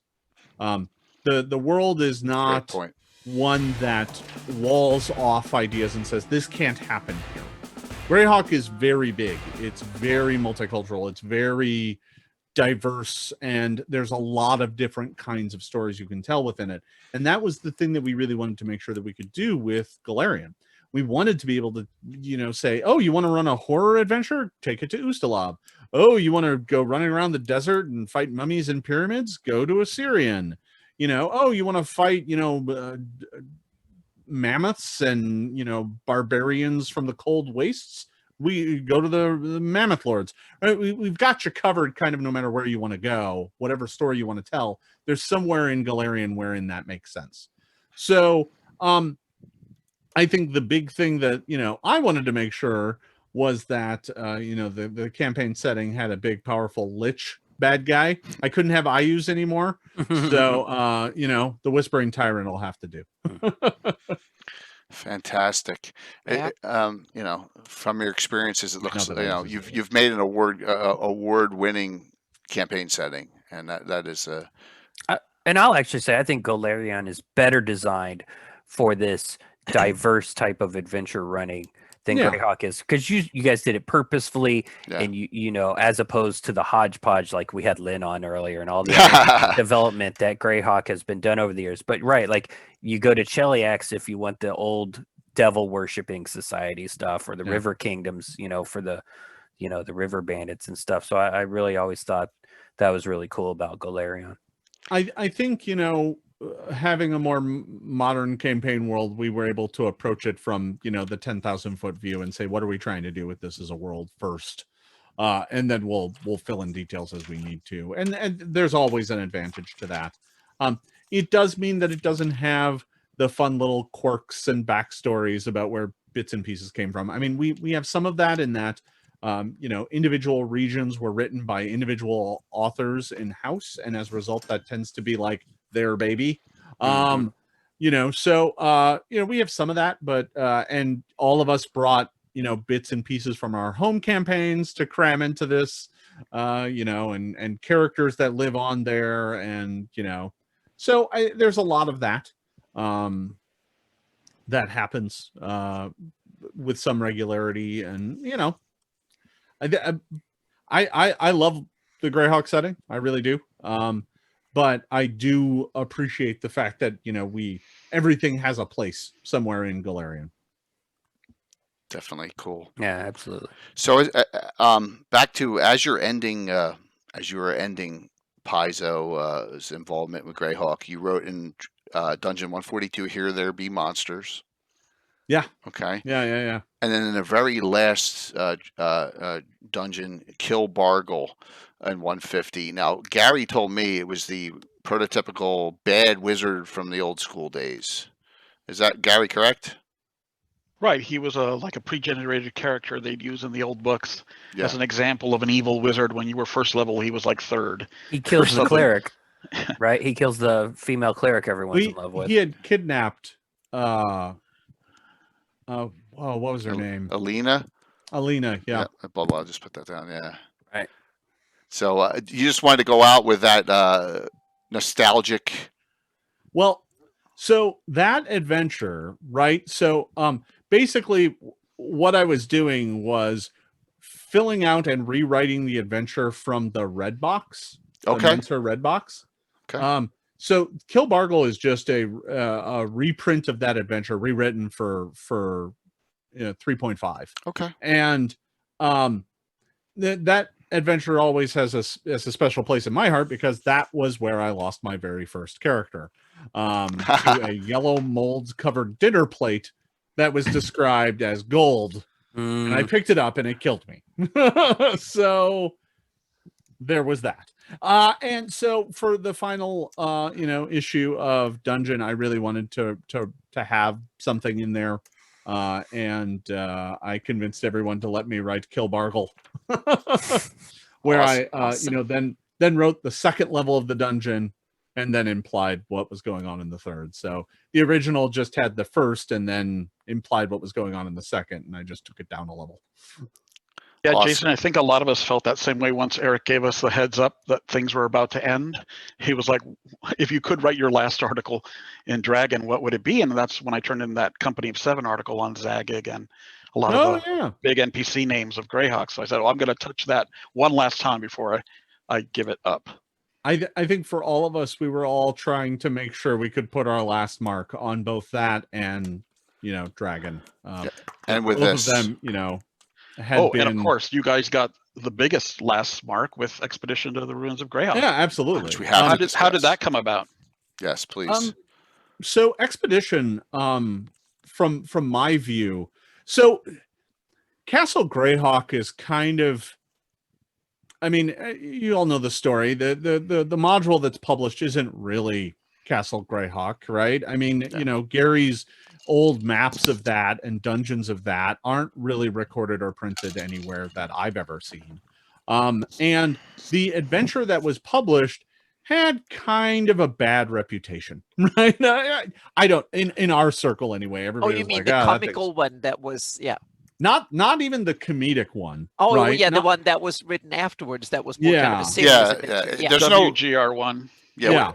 Gary and I were talking about this. There's no quests. It's just filled with monsters and right. no Here's reasoning 3 behind towers. It. Yeah. Yeah, no, it had the 3 towers. There was no real plot to it. Yeah. That was Ruins of Greyhawk, right? Yeah. Yeah. Yeah. Yeah. Mhm. So it was Dark Ruins of Ruins. Greyhawk, and then there was Greyhawk WG7, which was the comedic one. Yeah. Where Hop and Farce the Doe Golem and all Yeah, that yeah. crap. Yeah. Eric despises that Yeah. module. Yes, he Yeah. does. Well, And with good reason. I know fixing that insult was one of his highest goals, in So- his tenure. So and that's what it came back to, is that, when we were approached to write this adventure, we said, we'd love to be able to actually reference what Castle Greyhawk actually was, but we didn't really have access to that, and Wizards didn't really have the rights to any of it. So, and Gary had been long removed from the process at this point in time, and so really all we had to draw from was Ruins of Greyhawk.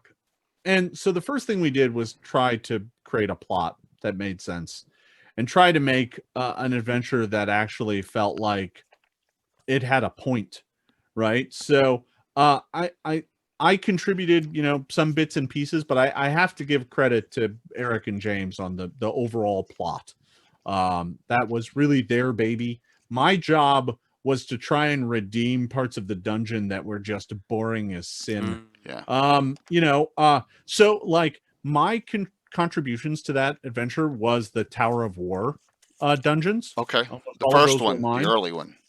Yeah, I wrote kind of the start of the dungeon. They wrote the bottom and the main plot line. So like, but I was really fascinated in some of the levels that had really cool looking illustrations.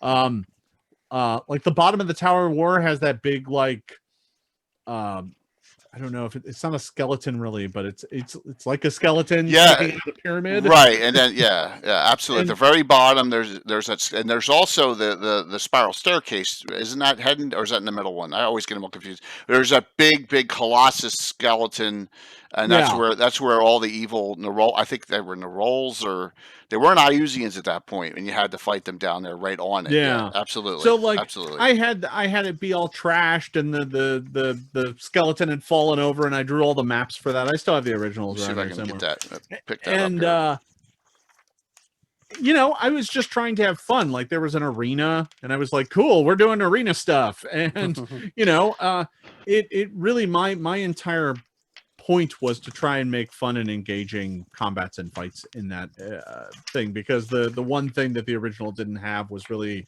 it was just kind of boring. Right? And Castle Greyhawk can't be boring. That's not allowed. So that was kind of my main thrust. We also had a very strange adventure format we had to follow, with the encounters being on spreads, that made for some very interesting design challenges. Yeah, we had to make it work, and in some cases that was great and would do interesting things and would force us to come up with Here's the arena. Yeah. Otto Raymot is in there. General Otto Raymot is who you fight in there. yeah.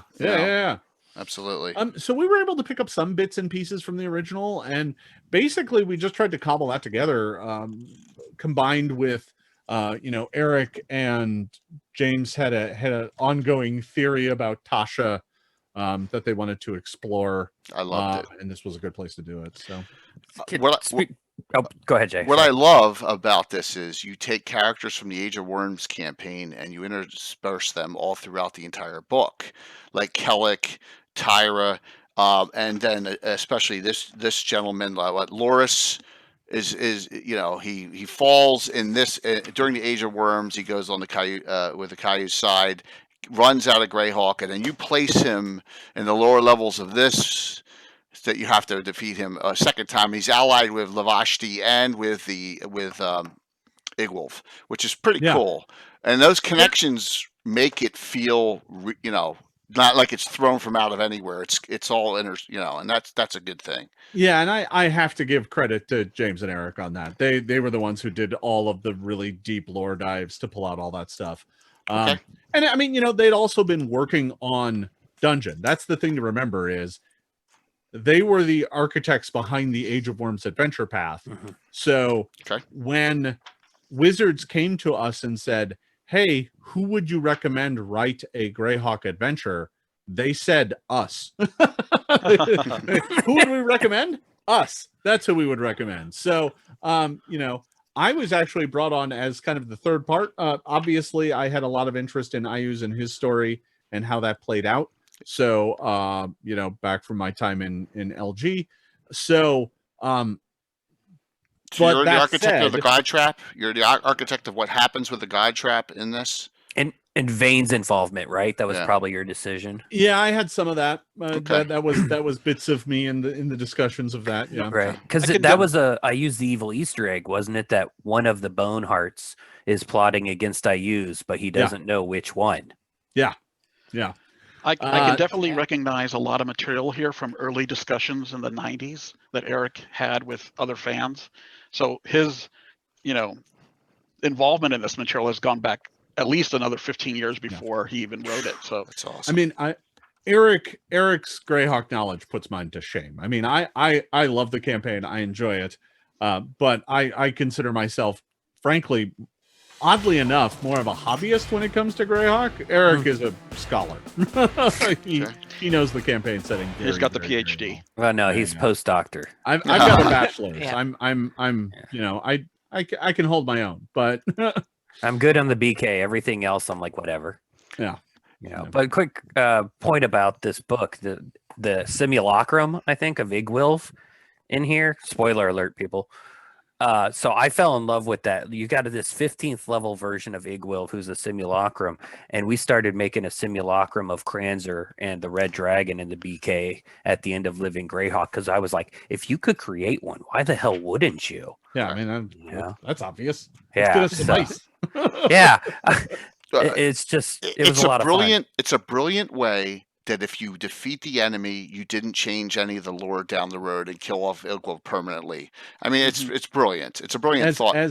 As a game master, that's always the trick. Yeah. Letting the players win, Yes. but not taking away your favorite toy. Jay just Yes. let his players kill an 18th level wizard though a couple days Oh, ago. And I was come like, on. Jay, what are you doing? Come on, that was for ReaperCon, man. That was I don't care. That guy Oh, could have oh my teleported his ass gosh. up over there. Oh man. See this is where Casey and I you don't even know Jason. Casey is constant with the discords. Why this? Why this? Why this? Why this? Why this? Yeah. AD&D Yep. questions. Yes, all the time. So And but Jay's it's cool. got home 40 years of house rules for Yep. for first and second edition combined. Yeah, we got like 45 classes, so it's fun. Yeah, you kind of created your own third edition version, so to speak. It's Yeah. kind of a yeah. It's fun. I had a Yeah. bunch of house rules, then I just published them. So it's Yeah, I fine. was just gonna say, Yes. you're the master of that. Well, maybe Jason. we should Yeah. ask, when did you start? I know other, people have dove really deep into this, but I'm interested in at what point during Living Greyhawk were you sitting there thinking like third edition can be tweaked, can be So, improved? I left, Living Greyhawk in October of 2004. And that would be a few years before, because I worked on Dragon for it was a little over 2 years before the license got pulled and we had to figure out what to do. And throughout that time, right, we were playing so much 3.5 and I knew the game system so well that there were always things that were like grit in the gears that were like, God, I hate that rule. That rule's just awful. I don't like it. I don't like how you turn undead. I don't like how the grapple rules work. Basically, if it was a rule that every time it came up at the table, we had to open up a book, that rule needed to go or be changed, right? And, we weren't able to fix everything, but I would say that some of that started, back from playing Living Greyhawk and, running tables and having groups abuse certain elements of the game, right? There is something about an organized play program that will point out every single problem with a game system. It will make it very clear and very obvious to you what parts of the game are not working as intended, or are able to be easily exploited. So I think some of it started then, but the actual work didn't start until 4th edition had been announced and our license had been revoked and we were doing Pathfinder the Adventure Path, but we didn't know what to do with our future because, right, I don't know if you recall, but there was this period of time where Wizards had, 4th edition rules, and they kept telling the third-party publishers, hey, listen, we're going to let you see them right away. We're going to show them to you very soon. And then another month would go by, and it's like, no, soon. Don't worry, Yeah, soon. I've heard this before. And it just kept happening to the point where we hit basically a red line. And that line was, if we go past this date, we won't have anything to print for Gen Con. That's for 4th edition, when 4th edition will already be out. Because we're too late now. You know, the lead up to do these sorts of things is many months. What was the game system licensed, published by Wizards of the Coast back then, or were you in the gray on what the rights were for third party? We hadn't even seen the GSL yet. They had that was another one of the things that was like, oh, we're gonna let you see it soon. Okay. Just never showed up. Yeah. So we got to the end of, I think this was 07, maybe it was 06. I would suspect 07 because that's when they announced the end of Living Greyhawk in 4th edition. Yeah, I think it was 07. So this is the end of 07, and we got together at Lisa's house, and we all just said, well, what are we going to do? You know, how do we stay in business? We're printing, you know, we're doing these adventure paths, right? We've got that, but what else are we going to do? Like, what else can we make? And it was at that point in time that I was like, hey, I've been rewriting 3.5 in my spare time for the past year. Do we just want to publish that? And that's how Pathfinder was born. I have to imagine that they all just turned and looked at you, and it was like a eureka moment, hopefully. Like, well, or was it a let's take a look at these home rules and see if considering the other option was, well, we could reprint 3.5, and I was like, guys, if we do that, we're dead. Because you have to look at it from the side of the consumer. If we're just reprinting 3.5 and there's no changes or improvements to it, why bother? You have no reason to buy it if you still have your 3.5 books. Yeah. Right. Why would you buy it? So, like, printing the old game is like, yeah, we can get sales when people need to replace their worn out copies, but that's not a very good business model. So, you know, I was like, hey, listen, I can make the game better. We can fix some of the things we don't like. We can make it ours. Yeah. And I would say that the core rulebook for Pathfinder First Edition is not incredibly ambitious in terms of what it changed, right? I mean, I reworked the classes to make sure that you got something at every level and there weren't dead levels, because that was awful in 3.5, or at least I thought it was. You know, we changed turn undead into channel energy. We, you know, redid grappling. There's a lot of changes and fixes, but they were mostly around the margin. We didn't really replace the core engine of the game. The game really didn't become ours until the Advanced Player's Guide hit the next year and archetypes were released. And, you know, then at that point in time, Pathfinder really started to evolve on its own. Oh, Pathfinder nerd question. When you guys were doing archetypes, were you looking at the 3.5 racial substitution levels as kind of like, oh, these had worked really well, we like these ideas? Kind of. Some of it was from back in my days on Dragon with the alternate class abilities that existed. Oh, okay. You had alternate racial traits too that were just like, oh, you can have this instead of this. Right. And the initial turnover for that in the Advanced Player's Guide was mostly just alternate class abilities. It wasn't archetypes. They were just lists of class abilities.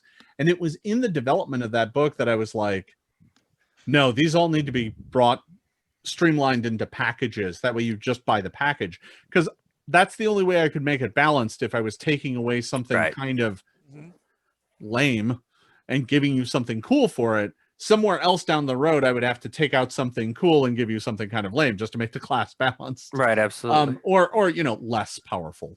No, you can say lame. It's okay. I'm trying to get some of those words out of my vocabulary. Anyway, point is, the thought there was like, oh, if these are packages, then you can choose to take the whole thing or not, and it worked out pretty well. And that then evolved for second edition of being like, well, the only problem is if I want to do a swashbuckly fighter, okay, well, there's an archetype for that. All right, now I want to do a swashbuckly rogue. Okay, I need a different archetype for that.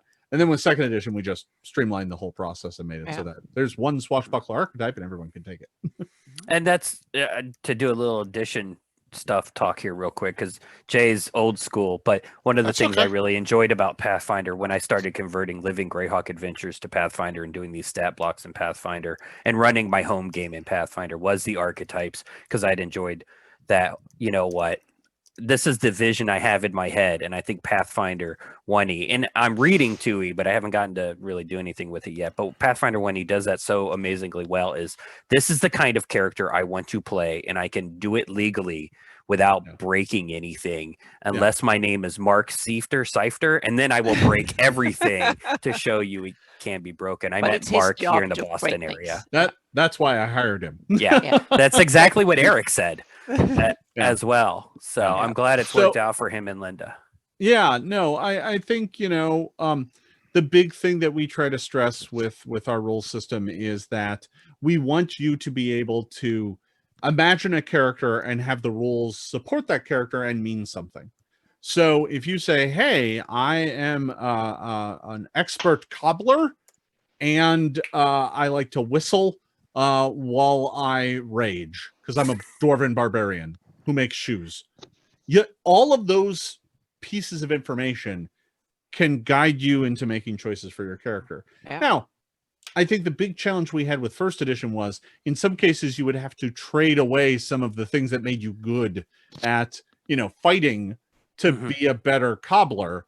With second edition, we certainly moved away from that, right? So if you get a skill feat and you want to sink it on being better at making shoes, the only thing you can sink into that is a skill feat, not a feat that you would also use to get power attack, right? So those are kept separate now. And the kind of putting things in individual buckets means that when you're building out your character, there is a bucket that contains options that are going to fit into that kind of classification of options. And then you can just pick from that. So for us, it makes for a better, more balanced game. It means that the characters that you create can be exemplative of the idea that you have, which is important, right? I mean, that's why we're playing role-playing games. Jason, It's interesting. I'm sorry, go on. I was going to say, may I ask you a question? Is it okay if we run a little late? Yeah, we can run a bit late. That's fine. Okay, I just want to make sure. Okay, go ahead, Anna. Sorry. Yeah, I was just going to say it's interesting when I played PF2 like a dozen times or like 20 times, and it's interesting to see you can build a million characters in like a million different ways, and they're still balanced, and that is it's kind of super interesting. You have myriad of variety, and it's still balanced. You don't break the balance just because you introduce, and to me that's kind of really cool. A lot of that comes from the fact that ultimately we don't let you trade being good at skills for being better at fighting. We don't let you trade, choices about your ancestry for more spells, right? We removed that. And instead you're going to get some things that are like, yeah, this is something that comes from my ancestry. It's a part of my heritage. Every character has some of those, and you can pick things that are more combat focused, but they're not going to detract. We wanted the class features in particular and the class feats to be kind of, those are your most important things, because when you sit down at a table and you tell everybody, hey, I'm playing an elf wizard, it's really useful that everyone at the table has a rough understanding of what that means and what that allows you to do. I think one of my biggest challenges with 3.0 and 3.5 is you could have a character that was so many different, the way multi-classing worked. I'm a fighter, monk, bard, barbarian, ranger 3. Yes, Casey. Guilty. What are you good at? I don't know. Killing Iusians. Making saves. Oh yeah. Fair. But I think they were always good at things, but it became hard for everyone at the table to be sharing the same fantasy when your character is just kind of an amalgam of abilities that doesn't make sense. We tried to make sure that worked. So, Jason, I jumped into your stream last night a little bit. You were working on some kind of Monster Arena. Everyone give Monster me a follow Arena for that. Ultimate League. Yes. Well, why don't you discuss that a little bit, if you may? So I've got a lot of irons in the fire all the time. I Twitch stream on Tuesdays and Saturdays. Tuesdays from 8 to 10 Pacific p.m. and Saturdays from 4 to 8 Pacific p.m. Okay. And I'll play various things. I've been playing some Fall Guys lately. I started the stream playing Kingmaker, the Kingmaker video game, which is a lot of fun. So yeah, yesterday a good friend of mine, Dan, and I decided to launch a little thing that we've been toying around with as an idea for a while called Monster Arena Ultimate League, or MAUL. And basically, we're just taking some Pathfinder monsters that are on paper supposed to be balanced against one another and having them fight. As it turns out, kobolds can't beat ogres. Who'd have thunk? That's a fun thing, though. Yeah. Absolutely. So, yeah, it was a lot of fun. The first video I'm in the process of editing and should be up on YouTube, on my YouTube channel tomorrow. I have a YouTube channel that's filled with mostly like GM advice videos and advice on how to build campaigns and how to build your world and how to build adventures. Do you I do prefer? a lot of thinking about that lately. Do you prefer live streaming over podcasting? So personally, for me, I've been doing a weird mix of things. So like over the past year and a half or so, I've been doing a lot of streamed games. And it, started out with us doing, we've been doing a stream in the Paizo offices called Oblivion Oath.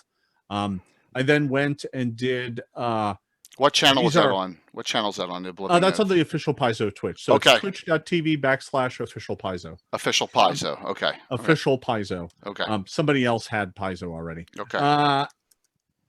Anyway, and then last year I did a show with Geek and Sundry, and that's not technically live. We recorded all of those over several days, and then they were edited, cut, and put up on a weekly basis, Okay. like a TV show. And that was Knights of Everflame, and that was a lot of fun. We did 2 seasons of that. And now in the strange pandemic years of 2020, I've been doing a show called Band of Bravos, which is kind of a ridiculous fun show about a traveling group of performers who have been pulled into a story that's way over their head. So personally, I've listened to a fair number of podcasts. We have like the Glass Cannon podcast. Those guys are really a lot of fun. I do listen to some gaming podcasts. Personally, I prefer to stream live games. I think that's a lot of fun. MAUL is an attempt to do that. We've been playing that on Roll20, which leads to another one of my little side projects. I do map tiles.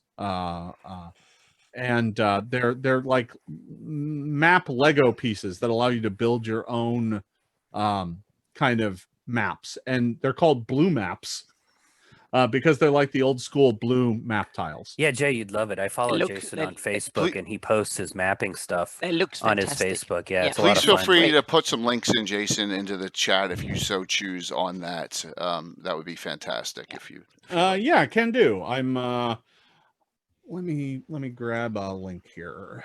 Cool. While he's doing that, I want to give kudos because this is a beautiful book.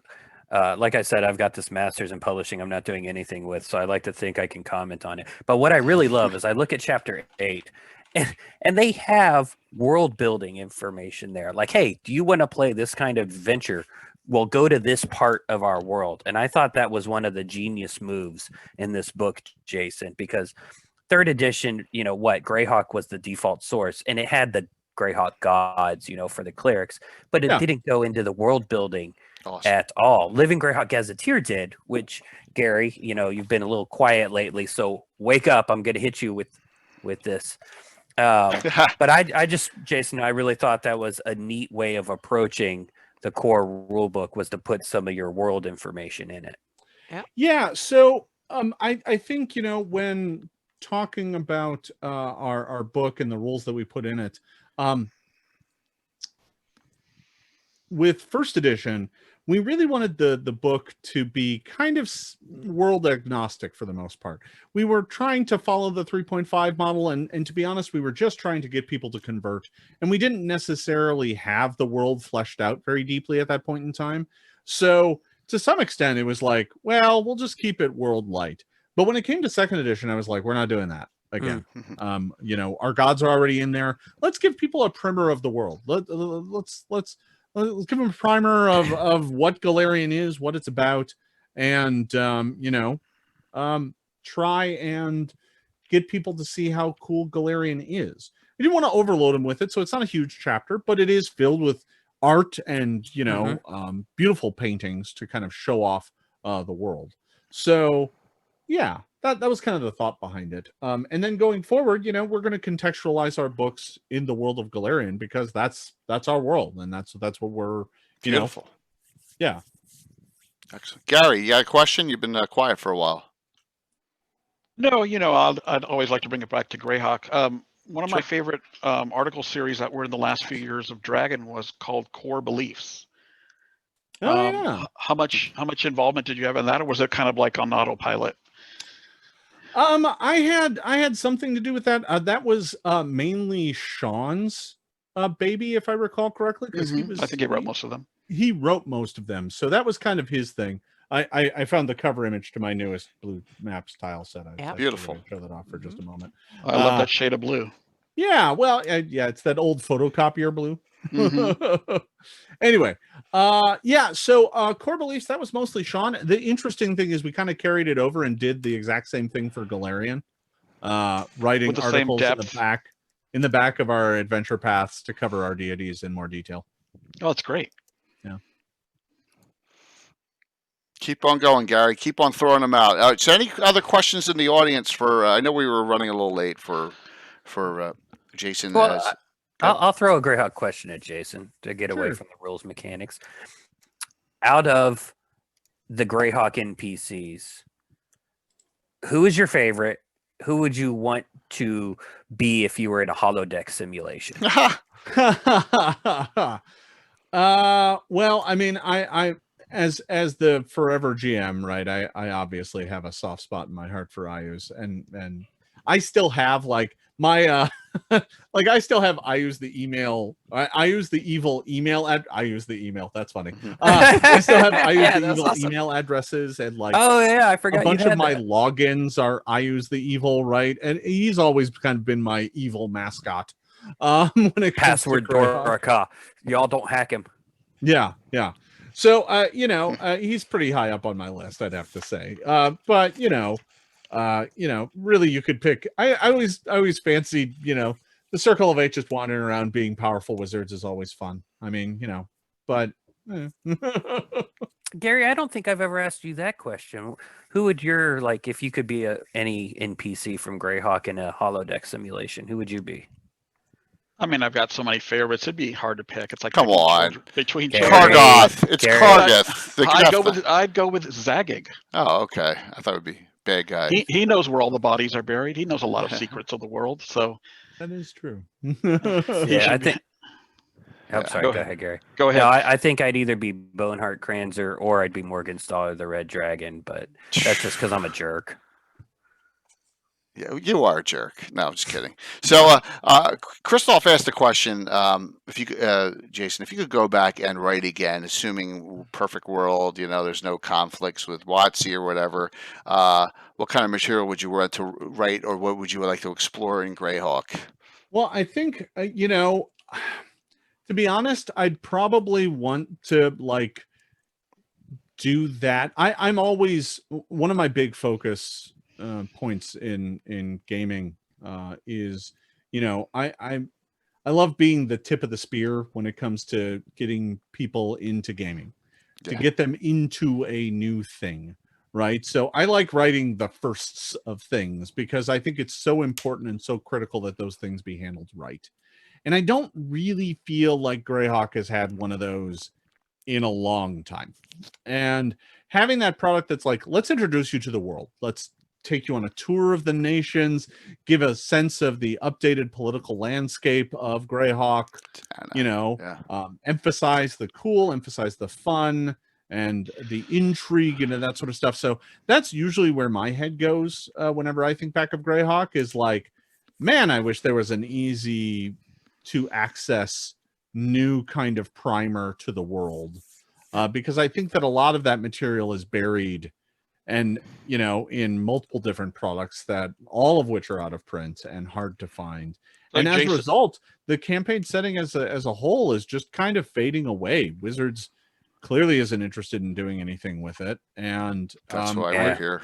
I Yeah, this think is they- 20 years old at this point. yeah, Yeah. I know, Yeah. and that's terrifying. Yeah, Yeah. it is. But I mean, you know, I think, you know, it's one of those things that a lot of us have a lot of love for, but I think it's pretty impenetrable for newer gamers to learn really anything about Yeah. Greyhawk. You know, some of the PDFs are certainly easier to find these days, especially if you're willing to be Right. a little less moral. Right.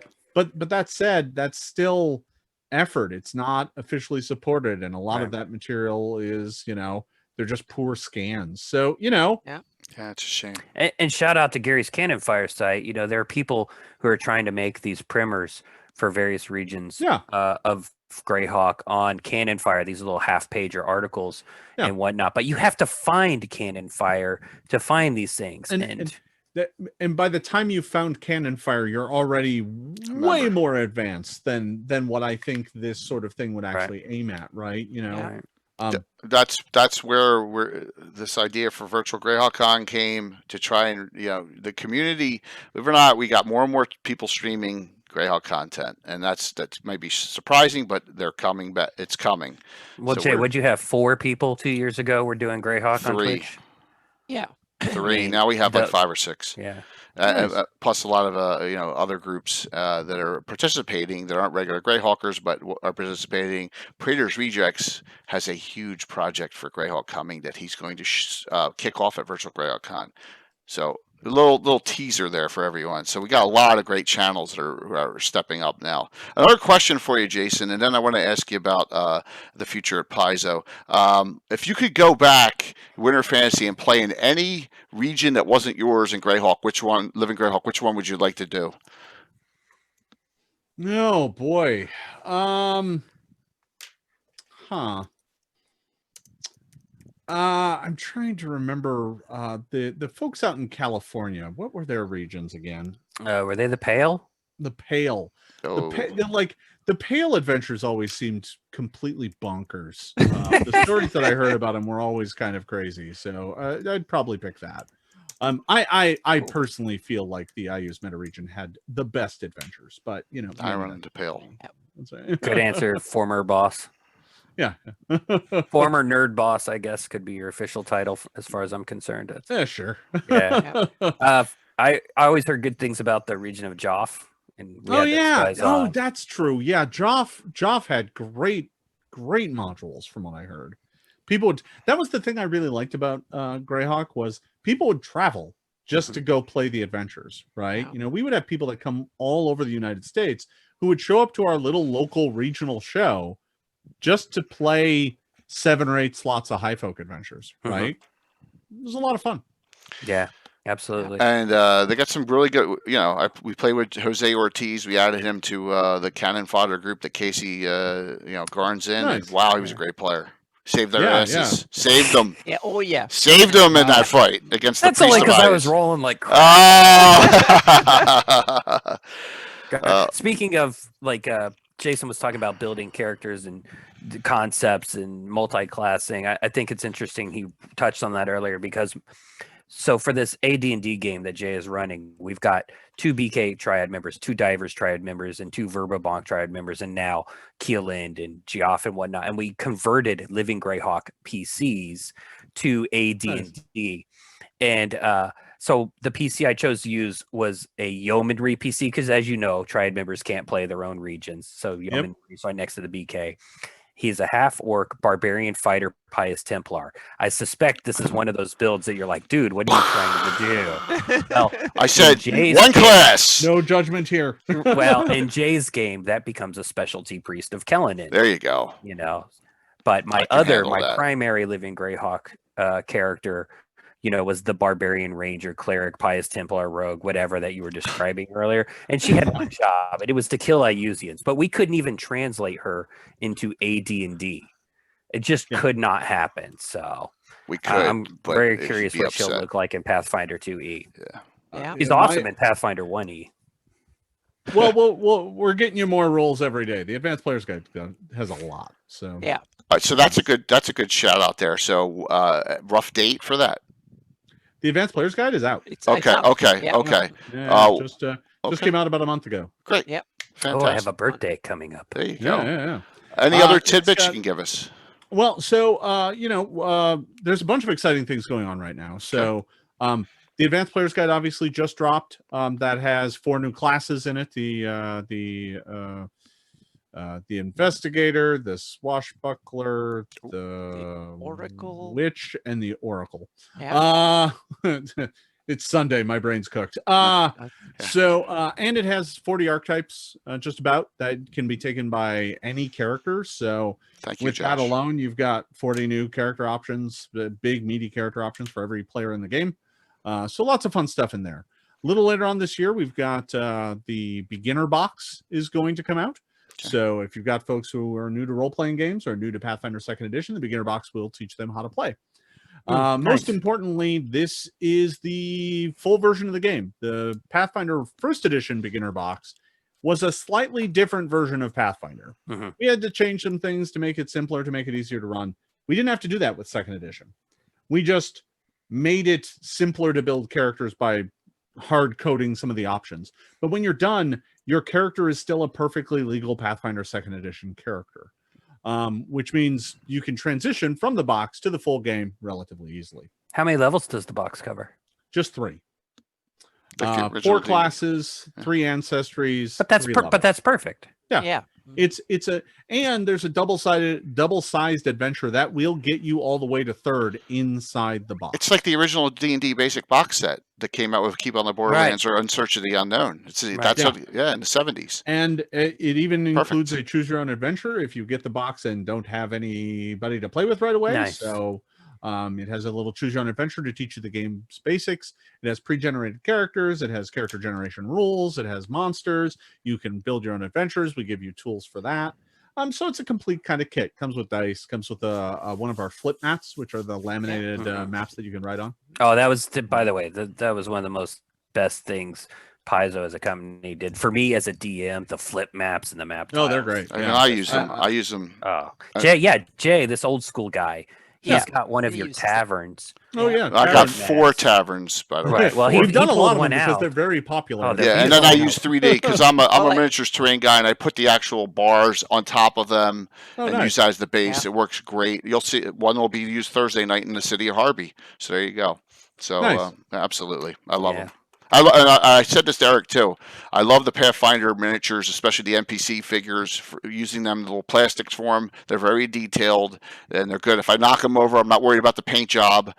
So they're Well, done very well. Well, Jay, if you ever end up running on Roll20, let me know. I'll throw some map tiles your way. I Oh, think cool! you'll dig Thank them. you. Yeah. We appreciate that. So the big thing that we have coming out is next summer we have announced that we are doing a book that has something to do about magic called Secrets of Magic. And there are going to be 2 classes in that, the Summoner and the Magus. We are going to be playtesting those classes starting tomorrow. So the playtest goes live tomorrow. Or sorry, not tomorrow. Tuesday. Today's Damn. Sunday. Yeah. Yeah, it's So Tuesday Tuesday. because we have Okay, Monday off. damn, So that's sorry, right. it's 2 days from now. Okay. Yep. Yeah, so 2 days from now. So the Summoner and the Magus will go into playtesting, and you'll be able to download those for free from our website. So we're really excited about that, and really excited Awesome. to see Fantastic. what folks think about those new classes. So wait a minute. Those are the big things we got going on. The I mean, Magus was in Kingmaker, but it wasn't an official class.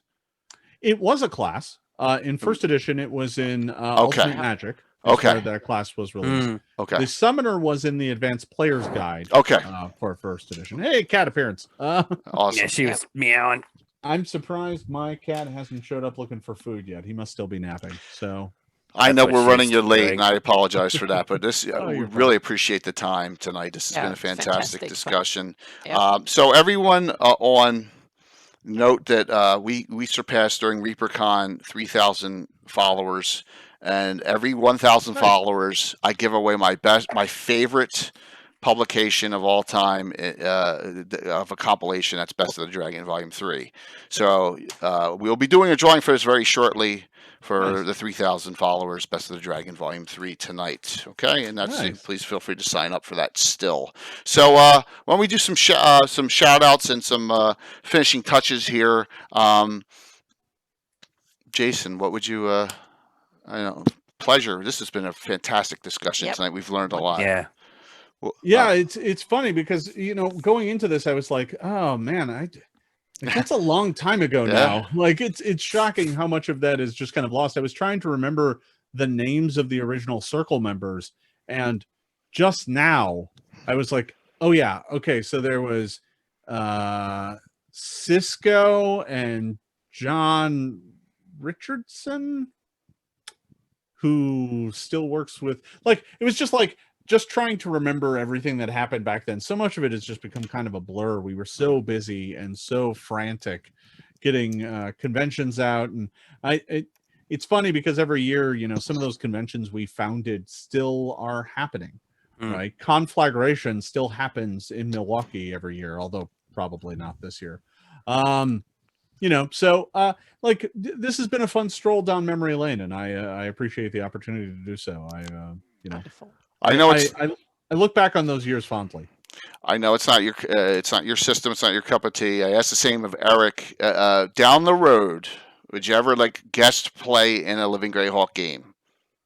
Well, I might be up for the AD&D that. version, Jay. Yeah, old school 1E2E, so you don't have any I conflicts. understand that I work on Pathfinder, but I play just about everything. Okay. Right? I mean, I have more RPGs within arm's reach than I care to admit. Develop good stuff without seeing what You have to.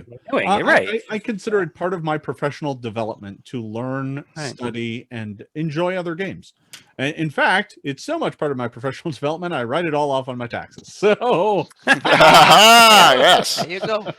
That's great to hear because I know that a lot of those triads and players in that group would really maybe appreciate that for some time, and that way you can annoy Garn as much as I try to in the game, and the ever mysterious Tim does. Right there, you go, Casey. So that'd be amazing. Yeah, that'd be amazing. This is a good question though, Jason. If you started the campaign as a triad member, you got to play in other regions, but it sounds like you probably didn't get to play too frequently.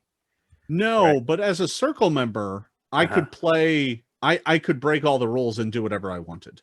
So I often did. So, if you were visiting High Folk, once you became a circle member, and they were running a High Folk mod you had edited, who cares? You sit down at the table, everyone's going to have a good time, and just you're just like, I'm going to play this character today. I often would get drafted to be like, this table isn't going to go off because they only have, 3 players. They really need one more.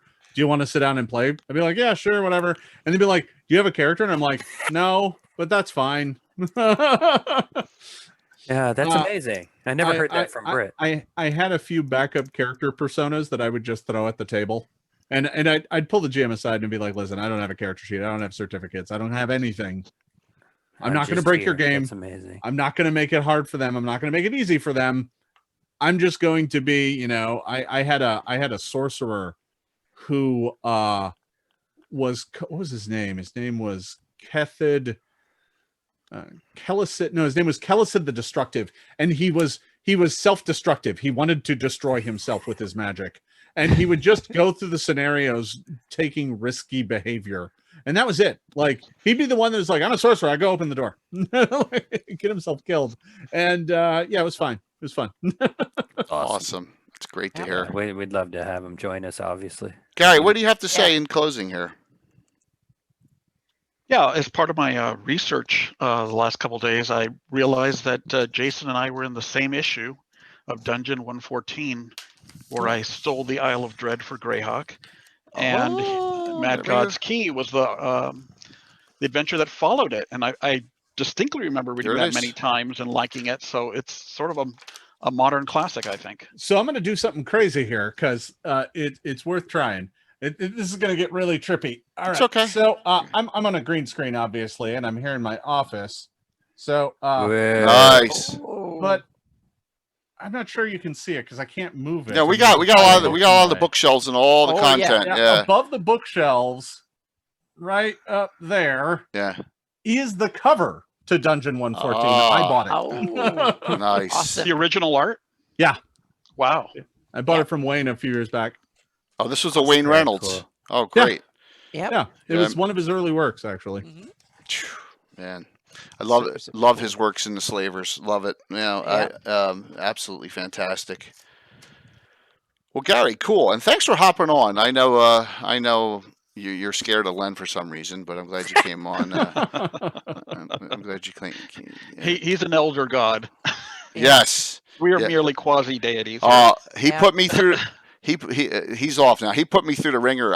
Because I normally don't go in his contests when they're on my channel, but the first, second, third level spell created from scratch, either wizard or cleric or druid. He hates illusionist, right? Man, I submitted mine today. Whoosh! Got the red pen all throughout throughout all of them. So I'll share that story on Wednesday night. But Yep. yeah, absolutely. Casey, how about you?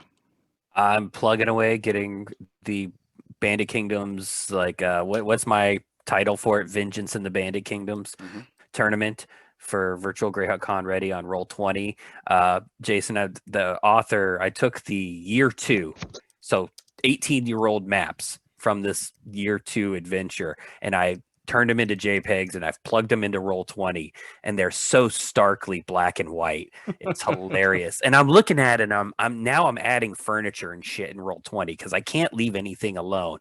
And I'm like, do I really want to add furniture, or do I want to just leave it as this ugly black and white? They're going to sell all the furniture. Yeah. Well, it's the furniture's in the mod, but I mean the Roll20 I'm kidding. representation of it. Yeah. Right. So funny enough, I had a similar experience lately when I was playing around with let's see if I can find it here. There it is.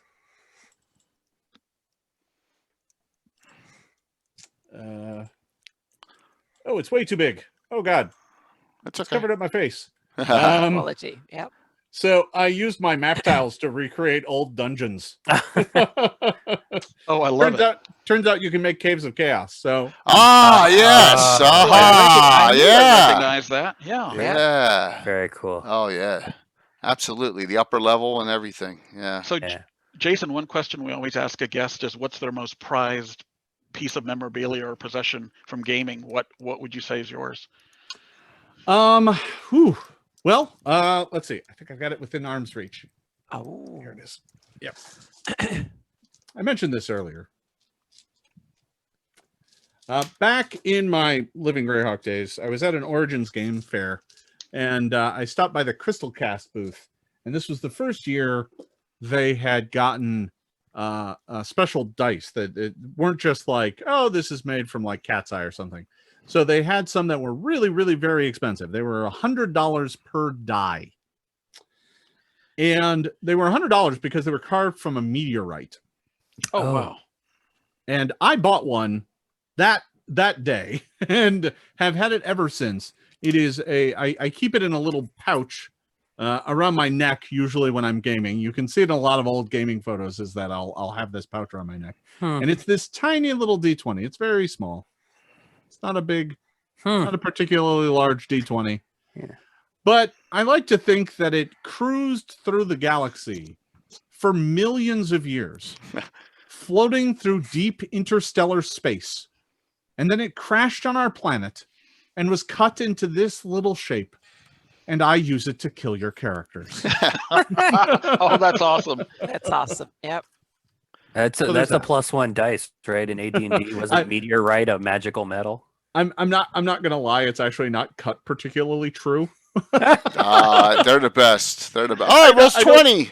It lot. was a lot of 20s. A lot of critical hits. Yeah. That's funny. Then, So I would have to say that. awesome. Yeah, other than that, Jay, I'm just I still trying to. I got married this year. I'm trying to unbury time, like all of us in this COVID situation, though, juggling working from home. But I got to get back to the 5e BK projects. Excuse me, I'm not gonna probably, because DM's Guild. I'm trying to figure out what the hell am I gonna do if Greyhawk doesn't go DM's Guild. Why do it in 5e? So I'm re-examining what I want to work on. Yeah. And I think everyone is so excited about your tournament. I mean, it was you outsold before Alan Grohe did on his 3 games, so that says something. You know what I mean? Well, You know, that's ridiculous, and I hope everyone has a good death. We'll see. Anna, what's going on? Well, I'm still working on my Atlas thing. I've been buried this week with both Cobalt Press stuff and Greyhawk stuff. So and a few other things. So this has been kind of super hectic for some reason.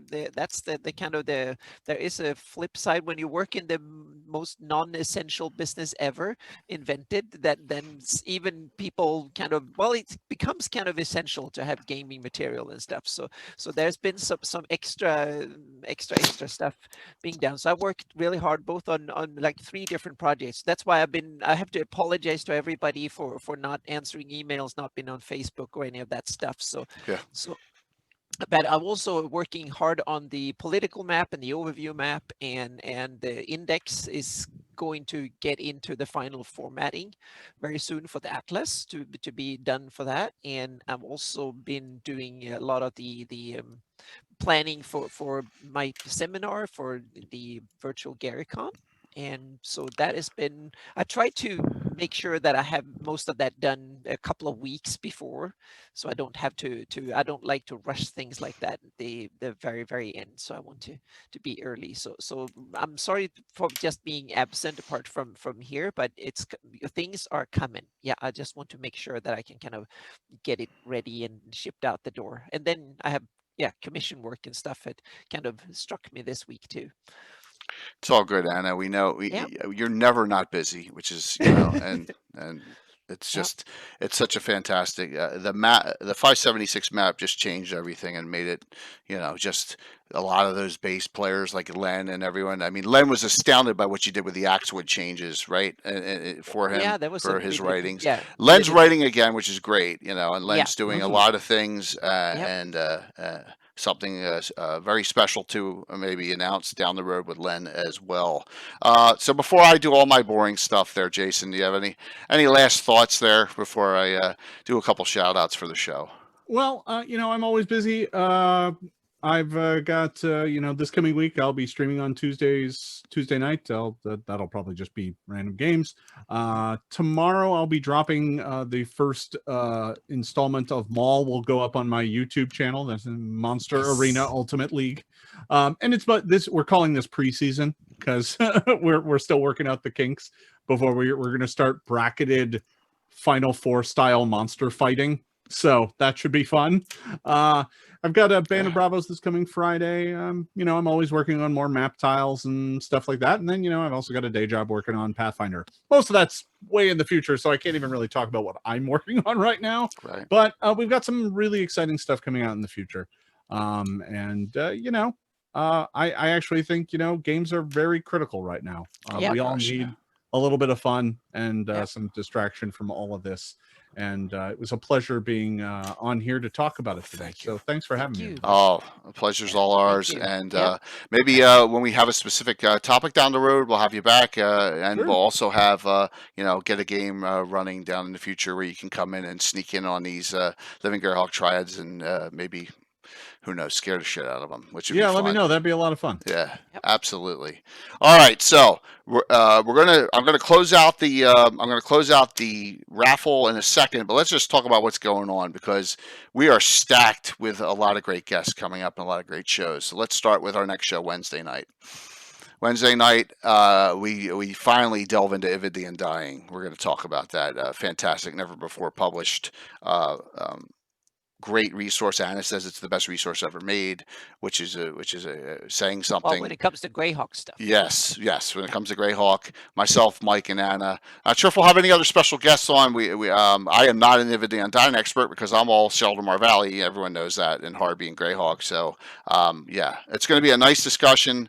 So I told Anna I was going to snip out stuff out of this for the scroller. There's no pictures in it. It's just 180 pages of text. I'm like, oh my god! Came out as a Word document. Yeah, it came out. I have a copy of the Word document, but Yeah. there was Yeah. never a layout. Yeah, I was like, oh my gosh. So Someone did a PDF layout afterwards to make it look like Yes. the Marklands, or I Use the Evil, and the others that came out Yeah. I prior think to that's it. the version I have. So we're gonna tackle this on Wednesday nights at Legends and Lore Show and 8 p.m. EST as usual. All right. So I saw a couple of them that were like, oh yeah, back to this Thursday night. We go back to Hardby and we and our game with the group, the Hardby Irregulars. Orders Within the Chaos is the name of the game. And just as you know, on my Hardby campaign, there's a ton of backstabbing, intrigue, and just general fun. So it'll be a multi-weeker, and we will start that after ReaperCon Live is now over. Now I can concentrate back on my campaign, and we'll have some fun with that, and that'll start Thursday. It's a Miniature Building Authority sponsored giveaway, and that is the big one, everyone. That's the biggest giveaway we always have every quarter. Miniature Building Authority. Well, I just hit the wrong button there. I hit stratagems. Gives a $75 gift certificate for subscribers and a $25 gift certificate for general followers. They're my oldest sponsor, and I've been dealing with them since 2000. What a great company, Kirk from Miniature Building Authority, and that will be Thursday. So if you haven't subbed, there's your big chance to win that $75 gift certificate. Alrighty, next Sunday, we're going to delve into some Greyhawk Con goodness here with DM's Roundtable, the 6th one I've ever done on Gavin 109. I'm going to have 3 Greyhawk Reborn DM / designers / leaders. Dave Guerreri, Jay Stupinski, John Lent will be joining me in a general DM's discussion along with Amy Crittenden and William Henry Dvorak and Anna. I may add 1 or 2 more to this, and it's just going to be to introduce everyone to some virtual Greyhawk Con DMs.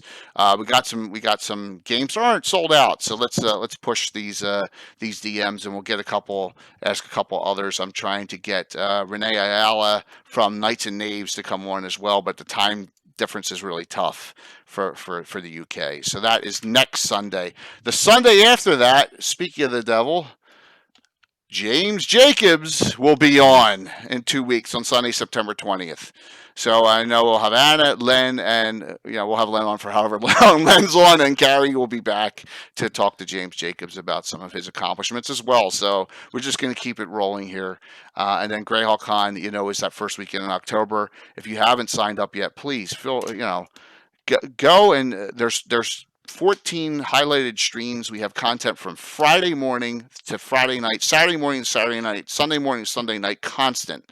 All stuff that are highlighted streams, plus all the games. We have about 60 events right now.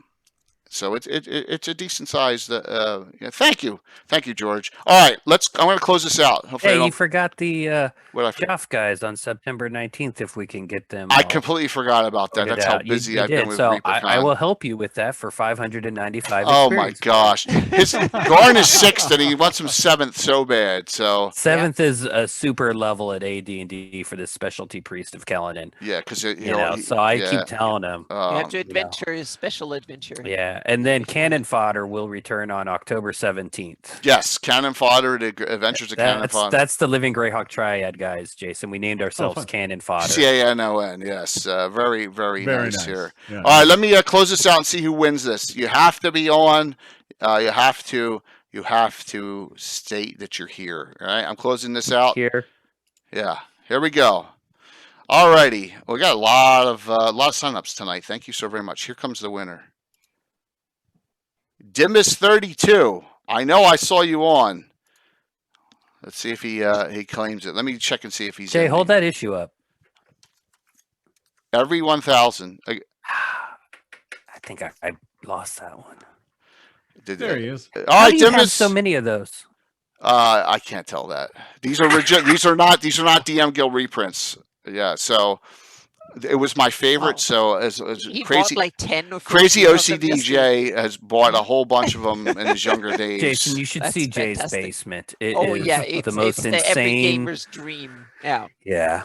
I've been in a lot of very impressive game basements, so Yeah. it's a high bar.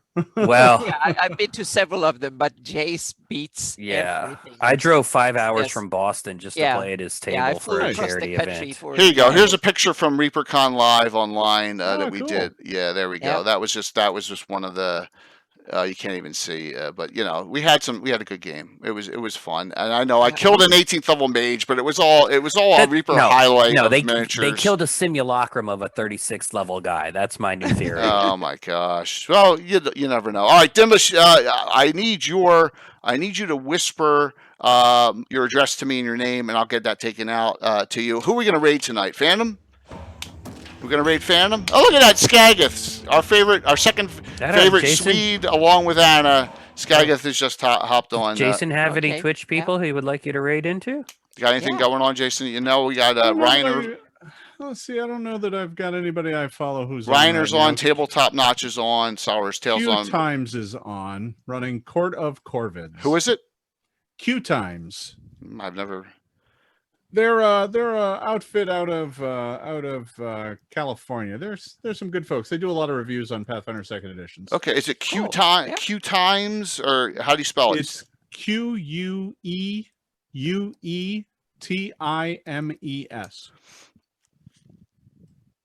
Okay, you know what? Since you're on, let's do that. Okay, we're gonna raid them. Sorry, Jay, I didn't mean to take over. No, it's all right. You take over my games when you're playing. So what's the difference between? No, I'm kidding. So what we will do is we will raid into Q Times. Not a problem. I got them up now, so let me just do this correctly. Thank you, Jason, so very much. Thank you, Gary. Thank you for having me. Our pleasure. Thank you, Gary. Thank you, Leonard. And you could, if you want to stick around for a minute or two after, we BS while stuff goes on here. Plus, I want to ask you something as well too, on behalf of someone online as well, if you don't mind. So let's kill this off here. Boom, Miniature Building Authority. All right. Without Living Greyhawk, I wouldn't have gotten back into D&D. Same here. Let me get in here and let me raid into them. Dun dun dun dun. Sit tight, everyone. All right, so quick question, Jason. What area of Golarion produces the best scotch? I know you are a real-world scotch drinker. I am a real-world scotch drinker. Well, where would we find that? Seeing as it doesn't have a Scotland, it can't have scotch. What would the equivalent be, though? It will be scotch, or they can have whiskey. Right. Well, if you wanted something similar, right, it'd have to be kind of a northern island of some sort. Yeah. Okay. You know, someplace with colder temperatures. Mm-hmm. You know, that's where you get the best whiskey from. 10 seconds. Lots of peat. Mm-hmm. All right, we're gonna over double their numbers here, so this will be good. All right, we're heading in now. I'll see you all Wednesday night. Thank you all so very much for such great participation this evening. Good night, everybody. Some people who aren't rating will still be on here, so there we go. 52.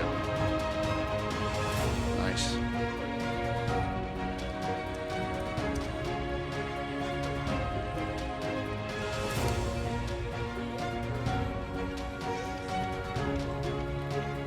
If you're still on this channel, everyone have a great evening. See you Wednesday.